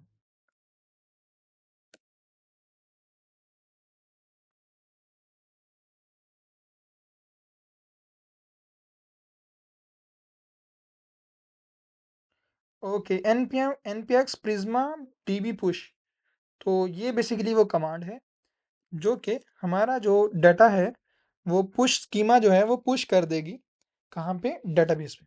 तो ये मैंने जैसे टाइप किया तो अब ये जितने भी कलेक्शंस हैं वो जनरेट कर देगा हमारे, और ये जितना भी स्कीमा है वो चला जाएगा कहाँ पे, डेटाबेस में। तो ये मैं यहाँ से इसको रिफ्रेश कर रहा हूँ।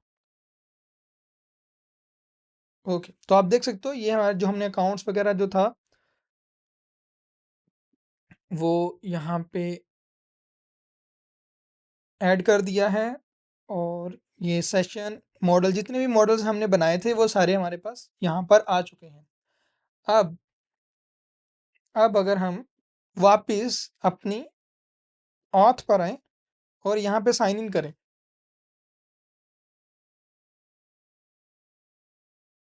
तो ये पेज पे रीडायरेक्ट हो गया, लेकिन सरप्राइजिंगली डाटा जो है हमारे पास यहाँ पर नहीं आया होगा।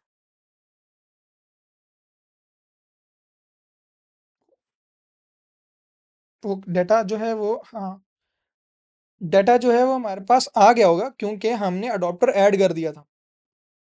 ये अडॉप्टर हमने ऐड कर दिया था, तो जब भी कोई साइन इन होगा यहाँ पे तो डाटा जो है हमारे पास ऑटोमेटिकली चला जाएगा क्योंकि उसने अडॉप्टर ने कनेक्ट कर दिया। अगर हमने कस्टम अडॉप्टर बनाया था फिर ना जाता क्योंकि हमें साइन इन मेथड बनाना पड़ता। अब अगर यहाँ पे अगर आप देखो तो ये मेरा जो आईडी है वो ऑब्जेक्ट आईडी जनरेट हो चुका है। जो भी नेम वगैरह चाहिए था वो भी यहाँ पर आ चुका है। ईमेल जो है वो यहाँ पर आ चुकी है। ईमेल वेरीफाइड नहीं है क्योंकि अभी हम तक हमने वेरीफाइड नहीं की। इमेज जो है जनरेट जो प्रोफाइल पे लगी हुई है वो यहाँ पर आ चुकी है। और क्रिएटेड एड कब क्रिएट हुआ, अपडेटेड क्योंकि अभी हमने अपडेट नहीं किया तो अभी रिसेंटली आया तो वही सेम टाइम होगा इसका। और उसके बाद जो है अगर आप यहाँ पे देखो इस अकाउंट के ऊपर जो भी एडिशनल डाटा उसको चाहिए था वो यहाँ पर आ चुका है। गिटहब है, हम OAuth कौन सा यूज़ कर रहे हैं, गिटहब यूज़ कर रहे हैं, टोकन जो भी चीज़ें हैं और ईमेल वगैरह सारी चीज़ें इसके अकॉर्डिंग जितनी भी उसको चाहिए थी, जो भी हमने मॉडल बना के उसको बताया कि भाई आपने इस तरह सेव करना है, तो उसने ऑटोमेटिकली अपना डाटा जो है वो यहाँ पर जनरेट कर दिया। अब यहाँ पे देख सकते हो सेशन वगैरह भी जो है हमारा जो सेव हो चुका है क्योंकि हमने मॉडल में बताया था कि हमें सेशन भी चाहिए। तो सर्वर पे जो सेशन जनरेट हुआ है वो यहाँ पर आ चुका है। और वेरिफिकेशन टोकन क्योंकि अभी तक हमने बनाया नहीं है तो इसके ऊपर कोई वेरिफिकेशन टोकन सेव नहीं होगा क्योंकि अडॉप्टर ऐड करने से हमारा साइन इन का प्रोसेस जो है वो हो चुका है। अब आपको आई होप जो है यहाँ तक समझ आ गया होगा कि हमने कैसे वर्क करना है। बाकी जो है अगर आप चाहो तो हम 1 घंटा और कंटिन्यू कर सकते हैं। अदरवाइज़ अगर आप चाहो तो आज का ब्रेक ले सकते हो, यहाँ तक अपना प्रैक्टिकल वर्क कंप्लीट कर सकते हो और बाकी का जो टॉपिक है वो हम कल या फिर नेक्स्ट सेशन में जो है कंप्लीट कर सकते हैं। डिपेंड करता है आप पे।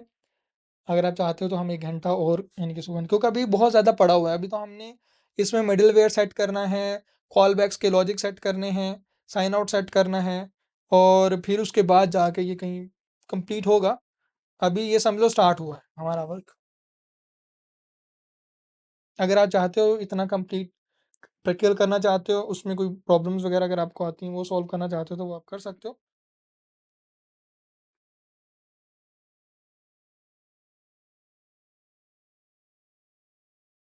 क्या कहते हो?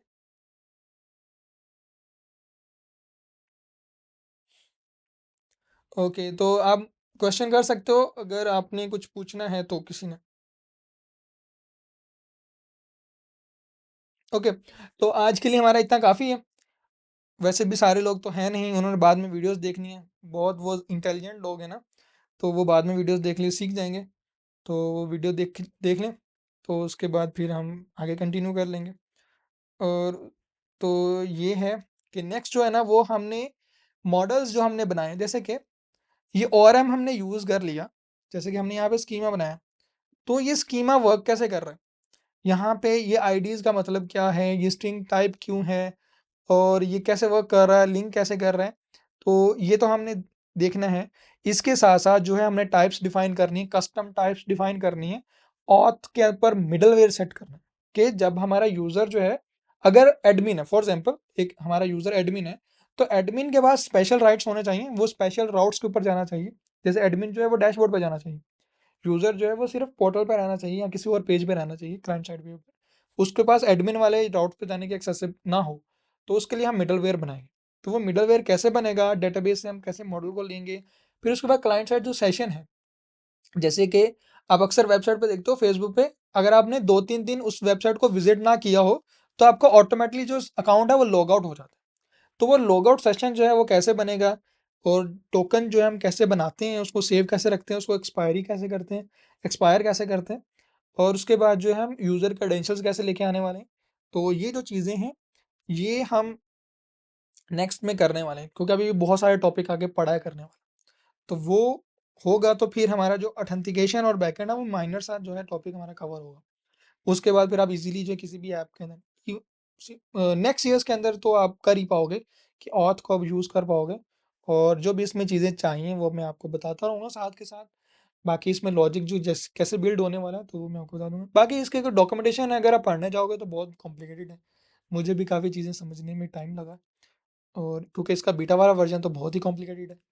तो है सिंपल, क्योंकि बहुत सारी चीज़ें खुद ब खुद कर देता है। जैसे हमने साइन इन किया, वो खुद ब खुद उसने बटन बना के दे दिया, और कनेक्ट भी उसने खुद कर दिया, सेव भी उसने खुद कर दिया, हमें बताना नहीं पड़ा। लेकिन अगर हमने कोई चीज़ ऐड करनी है तो वो थोड़ा मुश्किल होता है कि हमने वो कैसे करना है। बाकी बहुत सारी चीज़ें जो है ऑथ सीएस के अंदर बिल्ट इन आती हैं, वो खुद ब खुद हैंडल कर लेता है उसको। तो ठीक है, अब बाकी हम नेक्स्ट सेशन में मिलेंगे। आज के लिए हमारा इतना काफ़ी है।